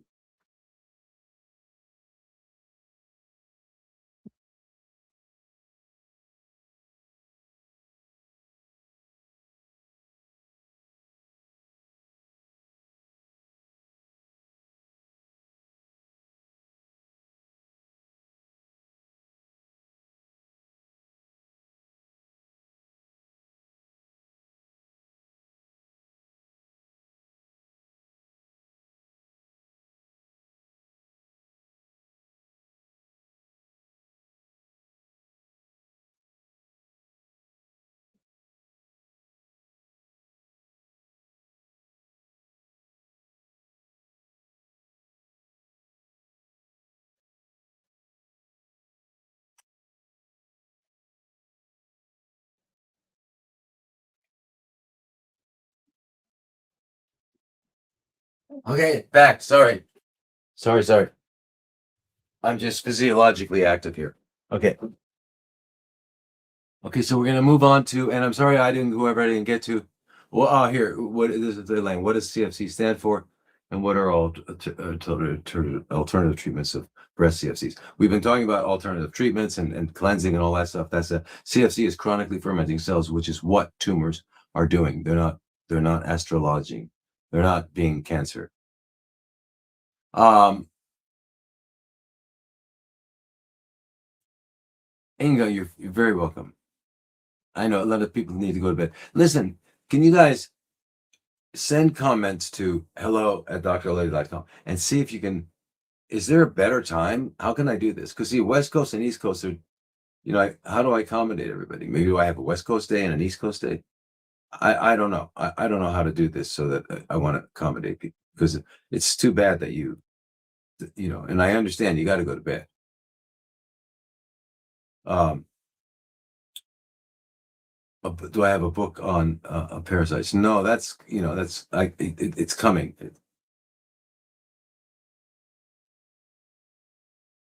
Um, Yeah, you've got to go to a biological dentist. It's essential, but you can start with your cleansing, whatever you're doing. All right, so we're going to look here on the list on what you guys are saying. Here's a good one from Rebecca. She goes, "I'm 63, no huge health issues, but where would a 63-year-old woman start to live a long, healthy life?" Actually, at the same place that a 20-year-old would, and that is because the our goal is health, and the only way to achieve health is by living healthy. And so to live healthy, you first of all clean out all the toxins. You do a good thorough cleanse, and then part of your lifestyle is cleansing. Let me turn off this air conditioner. Now okay. So part of living a healthy life is living a life that is where you don't accumulate toxins, and you're continually doing things to um, to detoxify, to assist your body in detoxifying. And remember something, that which is required to be restored to health is also required to maintain health. Bizarre as that may seem. So, you know, like people will say, well, how long do I have to eat this way?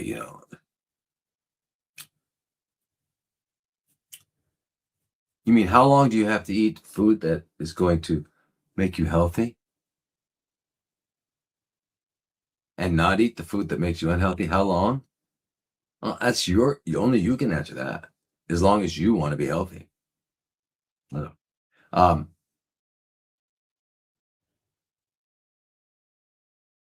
but I understand, Joanne. You folks are amazing for working around my schedule. But it's just that I'm uh in Thailand. But I can accommodate. Like for example, I said I do, like for Europe and uh, uh, Africa and Middle East, I do and UK, I do 4 p.m.s on Saturday, because for them it works out. But if I had to add in, 2, lives, on East Coast and West Coast, because I want to accommodate everybody. I want to do that, but also join the groups too. Yeah. Anyway. All right. Here's a question: how do I get rid of pylori, please? So pylori is a it's like it's an organism called Helicobacter pylori. So they call it H. pylori. And again, it's look, Dr. Christopher. Who's Dr. Christopher?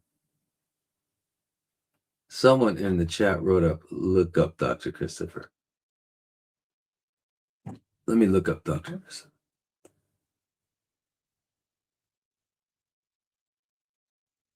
Dr. Christopher. Okay. Dr. Christopher.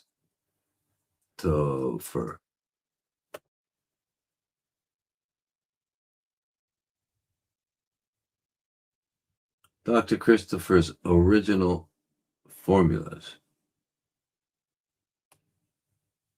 are on iHerb and all that. Okay, so I guess he has products he's produced. Let me see who he is.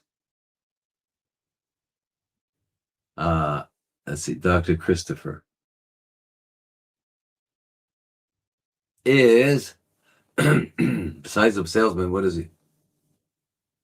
All I see is products on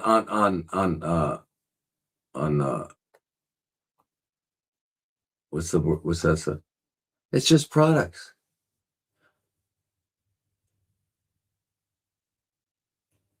Wow, this guy's he's got the formula, just products. His original formulas, his website. Okay, let me see who this guy is, because it sounds very interesting. His website is products too. His original formula. Our mission is to provide.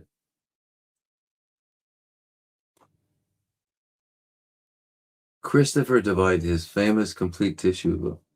It's great. I'd like to know about him. School of Natural Healing. Become a family herbalist. So he's an herbalist. Is that what he is? All right. I'm going to check him out. Thank you. Be nice to meet someone. Oh, okay. Wait, down here it says he's a 4th generation internationally renowned herbalist, licensed acupuncture, and author, clinician, botanist, mycologist. And sounds pretty cool. I like to see. I'll check him out. Thanks for that. He's probably got this guy. It's like there's another guy. Who was his name? Scholes. He's got some good stuff too. He used to do house calls. Me too. I used to do house calls 24/7. Anyway, what were we answering? We were answering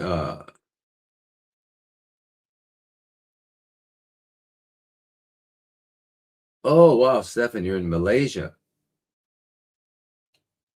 I don't have a clinic anymore. I opened actually 5 here in Thailand.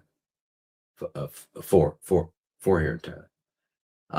And I'm about to have one. So, but if you were to come, I have clinics where I've trained the people, and they'll let me direct your care. So you could come. Wait, where was? Oh, the 63-year-old woman. So you need to clean out all the garbage, and that involves, you got to go to a biological dentist, make sure all that's clear. You want to keep all your teeth, as many teeth, or if you do lose a tooth, you don't want a root canal. What you want is to have it cleansed and then have a zirconium implant, not a titanium, to maintain your bite. Very important. The loss of teeth correlates directly with senility. among other things. Um, Anyway, and then a good juice cleanse, and then when you start going to bed early, moving around, and then when you start eating again, you eat real food within a 4 to 6 hour window, and you stop eating 5 hours before sleep, and you go to sleep by 9, and then you do movement like every 90 minutes. You get up and do movement all throughout the day. And if you join our group, you'll be able to get more instruction on that kind of movement. But it's movement that is rapid, accelerated movements, like run as fast as you can for 10 seconds, and then rest, and then do it again. Do it 3 times. Sitting in a chair, sit to stand without using your hands, as many as you can in 20 seconds. Climbing stairs for 70 seconds. Jumping rope, crawling on all fours, not your knee, feet and hands. Anyways, there's different kinds of things like that. Okay.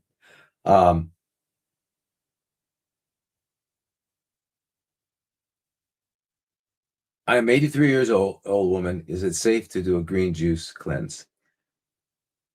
Absolutely. Absolutely. A green juice cleanse means you're getting greens, but you're also getting something that taste good, like whether it's carrots or apple or berry, whatever it is.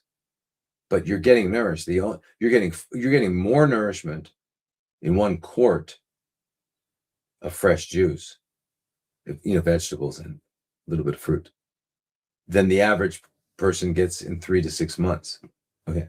So you get super nutrition. What you're lacking is fiber and fat, which you'll get later. Okay. So, but because the purpose of the juice is to clean the water in the aquarium. So it's not only safe, it's recommended, because you're getting nutrition, you're getting your amino acids, proteins, you're getting your healthy carbs that you need. Carbohydrates are one of the macronutrients, and you're getting your phytonutrients and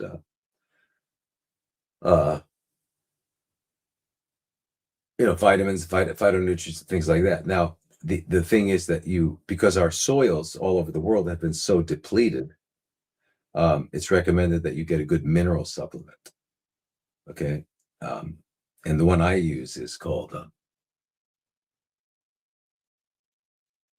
Complete Mineral Complex by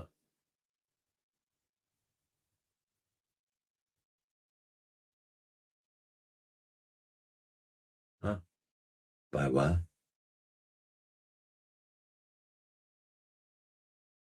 I forget the name. It's a cool name. I forget. But it's called Complete Mineral. It's a good one. But there are other ones. There are great ones. There's liquid ones. You can get liquid ones, which come ultimately from shale, which is shale is like pre-oil. It's compressed vegetation, and it's got tons and tons of healthy mineral. And then you also want to take vitamin C and a few other things.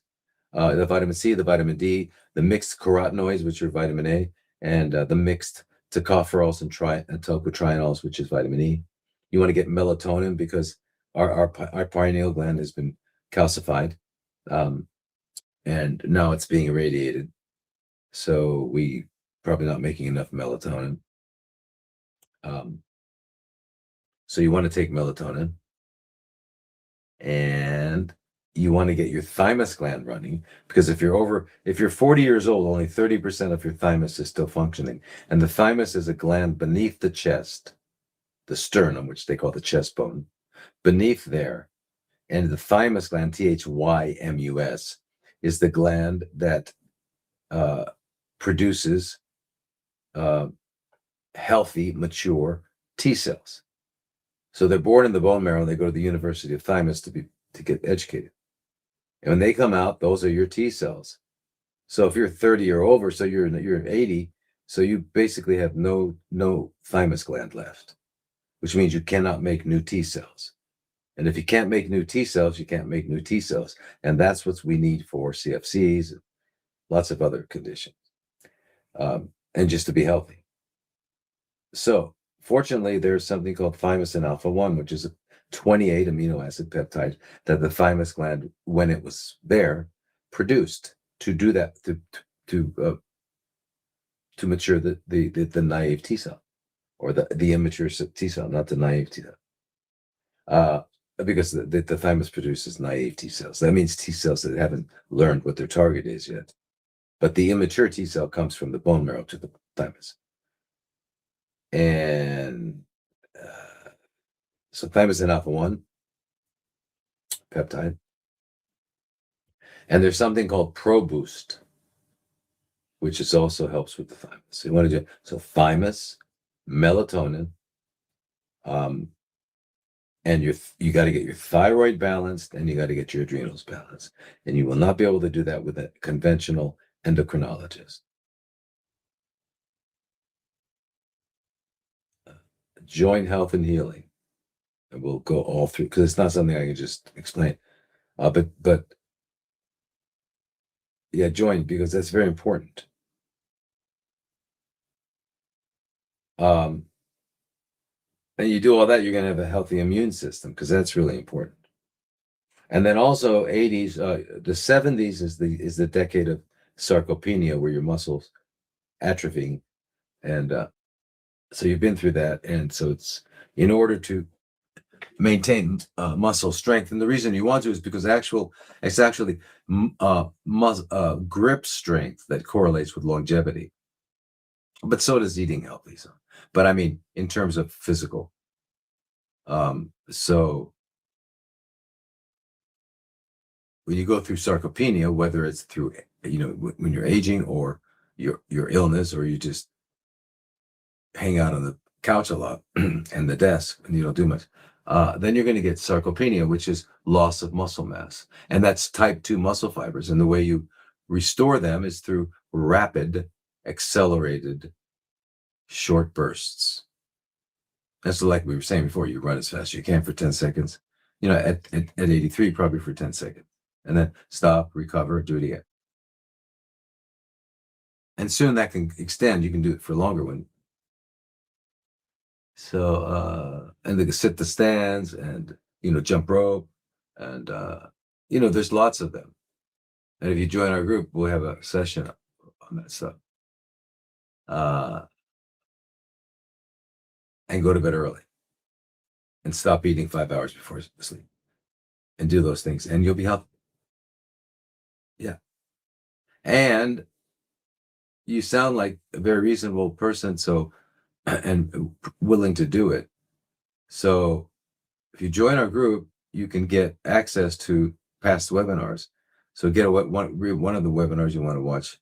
It's a 3-part webinar. It's called The Truth About, and it's called The Human Diet. And I specify human because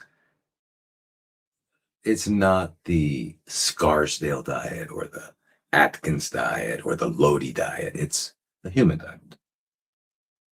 I mean, how bizarre to take credit for food. Yeah. Yeah, I put him on a spinach diet. Oh, so you made the spinach? That's the implication. It's called a human diet. What should do humans eat? And so we go through that in three episodes. So please you join and watch that. It's very, very important. And there's a lot of other good stuff available. All right, so now, hey, okay.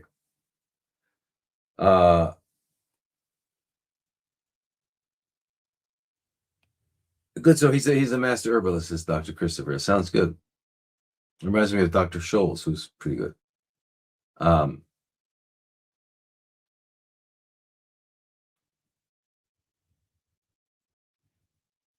My perfect time of day is end of my workday. See, that's the problem, because the end of the workday for someone in California is different than someone in Florida, right? And so, so the reason we chose this time is because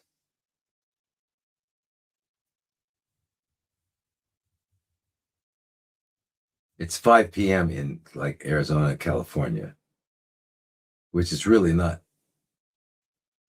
the best time because those people might be driving home from work. But if we can't go any later, because the East Coast, it's already, depending on the time of year, 7 or 8 p.m. And in Europe, forget it. So it's really, I think I think we really might have to come up with a West Coast and East Coast. And we've already got a Europe. Yeah, maybe that would be a good answer. But join the groups too, because the groups are so much more, so much more, and we get to talk, interact. All right, where is this? So I wanted to just answer the question. But what happened to the the what do you call it? The question.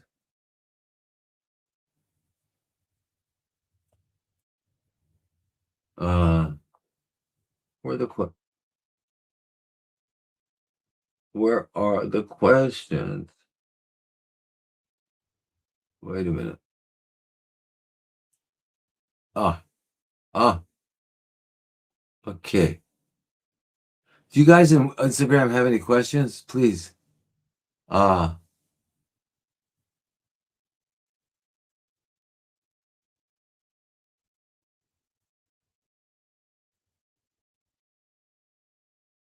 ah, is ankylosing spondylitis genetic? What do you do with ASG? See, I've noticed that all of you, when you get your diagnosis, which again is a curse, you immediately use the acronym. Do you realize what you've done?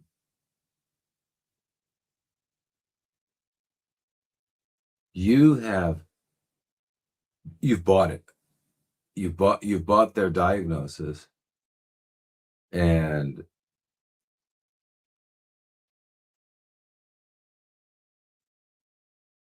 for example, if someone said I was diabetic, is that true? Or do I have insulin resistance because of the way I'm eating? But your question is good because is this condition that there's a certain cluster of symptoms called ankylosing spondylitis. Is it hereditary? So this usually begins like around the lower back or the sacroiliac joint. It can result in kyphosis where you're bending over. Um, they call it bamboo spine sometimes. What it is it's chronic inflammatory signaling to ligaments and tendons. All right.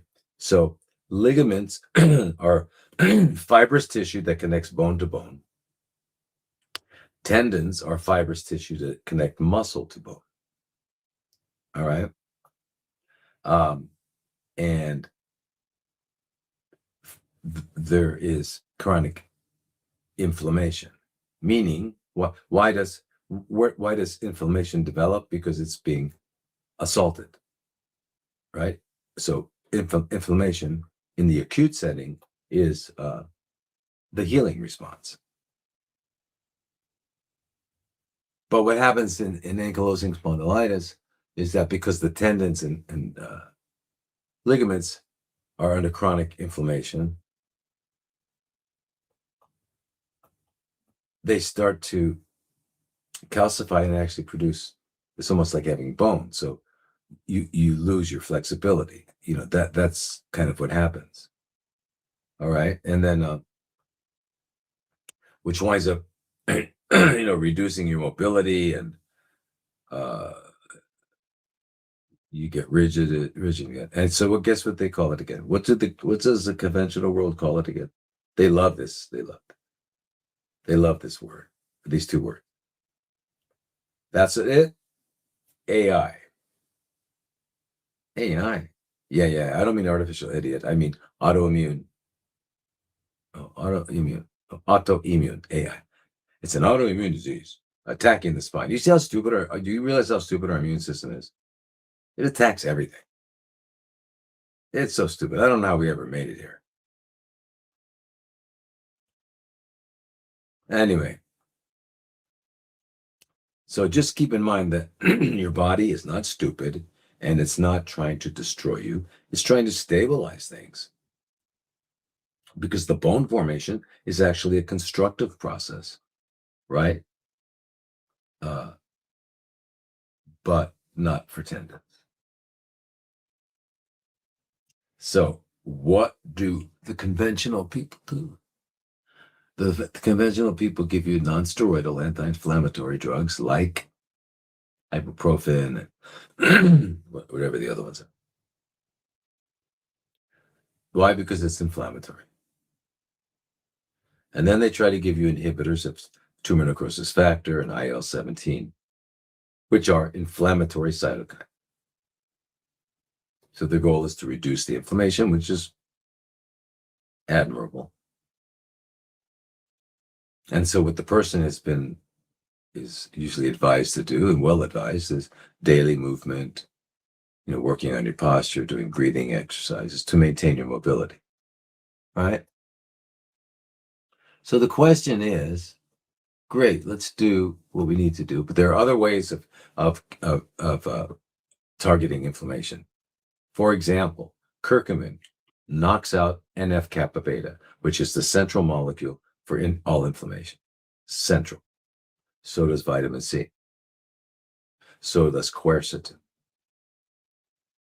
So you can get, there's a product that Dr. Sunil Pai makes in New Mexico. It's called Bosmeric, and it's a combination of curcumin, boswellia, ginger, and pepperine. Pepperine helps to absorb it.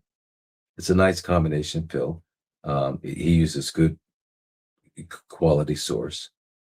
And in your case, you could take 2-3 times a day. The other thing you want to be doing 2-3 times a day on an empty stomach is natto kinase, which comes from natto, or you can eat natto kinase. All right.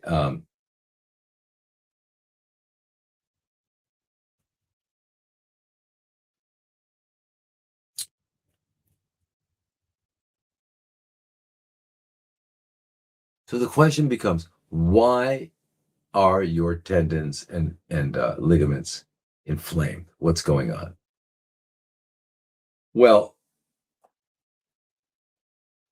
the reality of inflammation is that, remember, it's healing. And one thing that we know is fundamental and sets up a foundational body-wide inflammatory signaling is what we eat. But, first of all, you've got to go to a really good biological dentist like Emma Abramayan in Glendale, California, or someone else that's IAOMT certified. All right, you got to do that. And then you got to do the really healthy cleanse. And then what they have found, and it's been known since the 30s, that if you eat cooked food, the body sees it as foreign and you have inflammation. And if you eat uncooked food, your body does not. It recognizes it as real, organic, natural stuff, and it deals with it. So that's one thing to reduce chronic inflammation. So cleansing, clean out all the garbage, don't put any more in, and eat real food. And then the lifestyle that we talk about. And movement. If I were you, I'd make private, I would get like at least a month private session with Darren, who's on our, in our program. The kinesiologist that helps us with movement. He's very, very good. Excellent. In fact, if somebody's in our group, could you put Darren's connection up on the in the chat? That would be great. All right.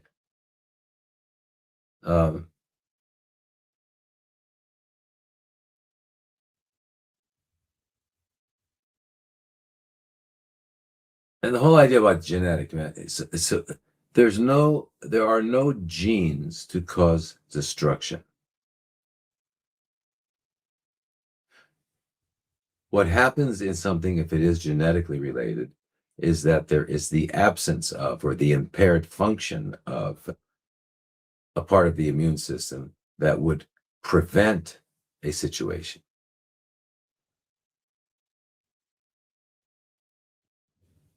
And we always get one chromosome from each parent. So if we got a chromosome of a defect in some process from one parent and not the other, it's not a full-blown consequence because you still have um, a healthy functioning chromosome. So what do? Well, you live as healthy as you can to avoid, problems. What do you do if you don't have any of those things? You live as healthy as you can to avoid any problems.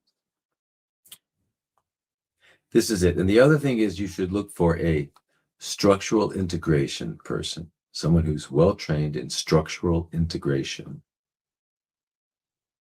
And look for someone who's really well trained in myofascial release. And start doing consistently Tai Chi or Qigong or yoga.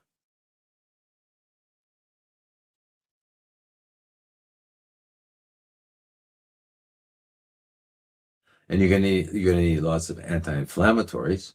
So you're gonna make sure you're getting all the vitamin C.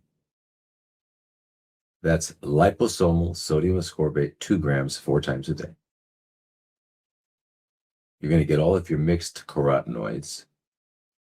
You're gonna get your mixed tocopherols and tocotrienols, which are vitamin E. You're gonna overdose on vitamin D. And then you want to go to valasta.net, VALASTA.net. They're the only ones that sell it. It's called Valasta, which is simply an astaxanthin molecule, which is a vitamin A produced by algae. It's like 6,000 times more antioxidant than anything.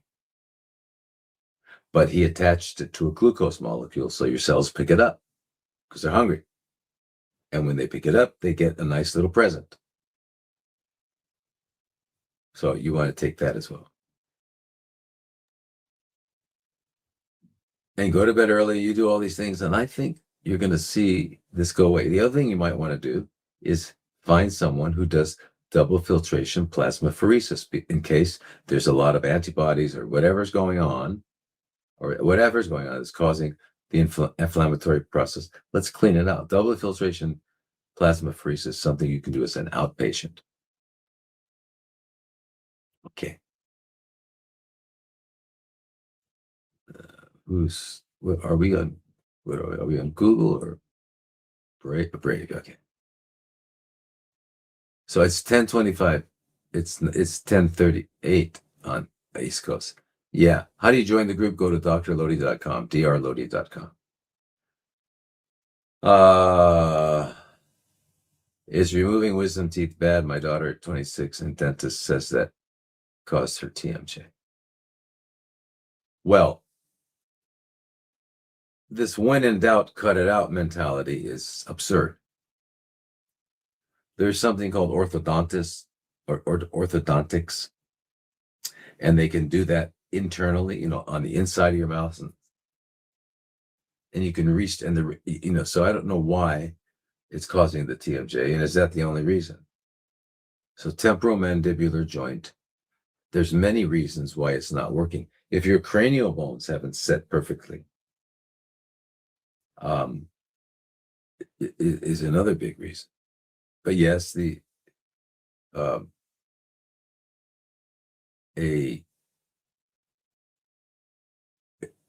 bite that is not well formed will offset your bite, which then offsets your spine. So it's something to definitely take care of. But what's it due to? So if your wisdom teeth are a problem, instead of extracting them, because if you extract it by a regular dentist, they're not going to take out the periodontal ligament, and she's going to wind up with cavitations in her jawbones. So if you were going to do it, you'd go to a biologically identical IAOMT certified dentist and have them take them out with to include the periodontal ligament, and then irrigate, sterilize, and seal it with your own blood factors. But a good biological dentist will always try to save teeth, and you can do that. Dr. Emma that I talk about in Glendale, medical school, dental school, then she did a fellowship in oral surgery, then she did a fellowship in orthodontists. So she knows all about having to ways of restructuring your bite without pulling teeth.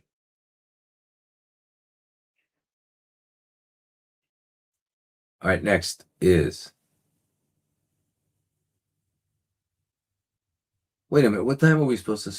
It's 9:41. Whoa, you guys, I'm sorry. I didn't realize it was so late. I apologize. Oh my gosh, and I got stuff to do. Anyway, it was great today. Thank you so much. Thank you. And we didn't have any technical difficulties. Can you believe it? I can't. But I'm happy. Anyway, sawadee kap, namaste, namaskar, and aloha to everyone.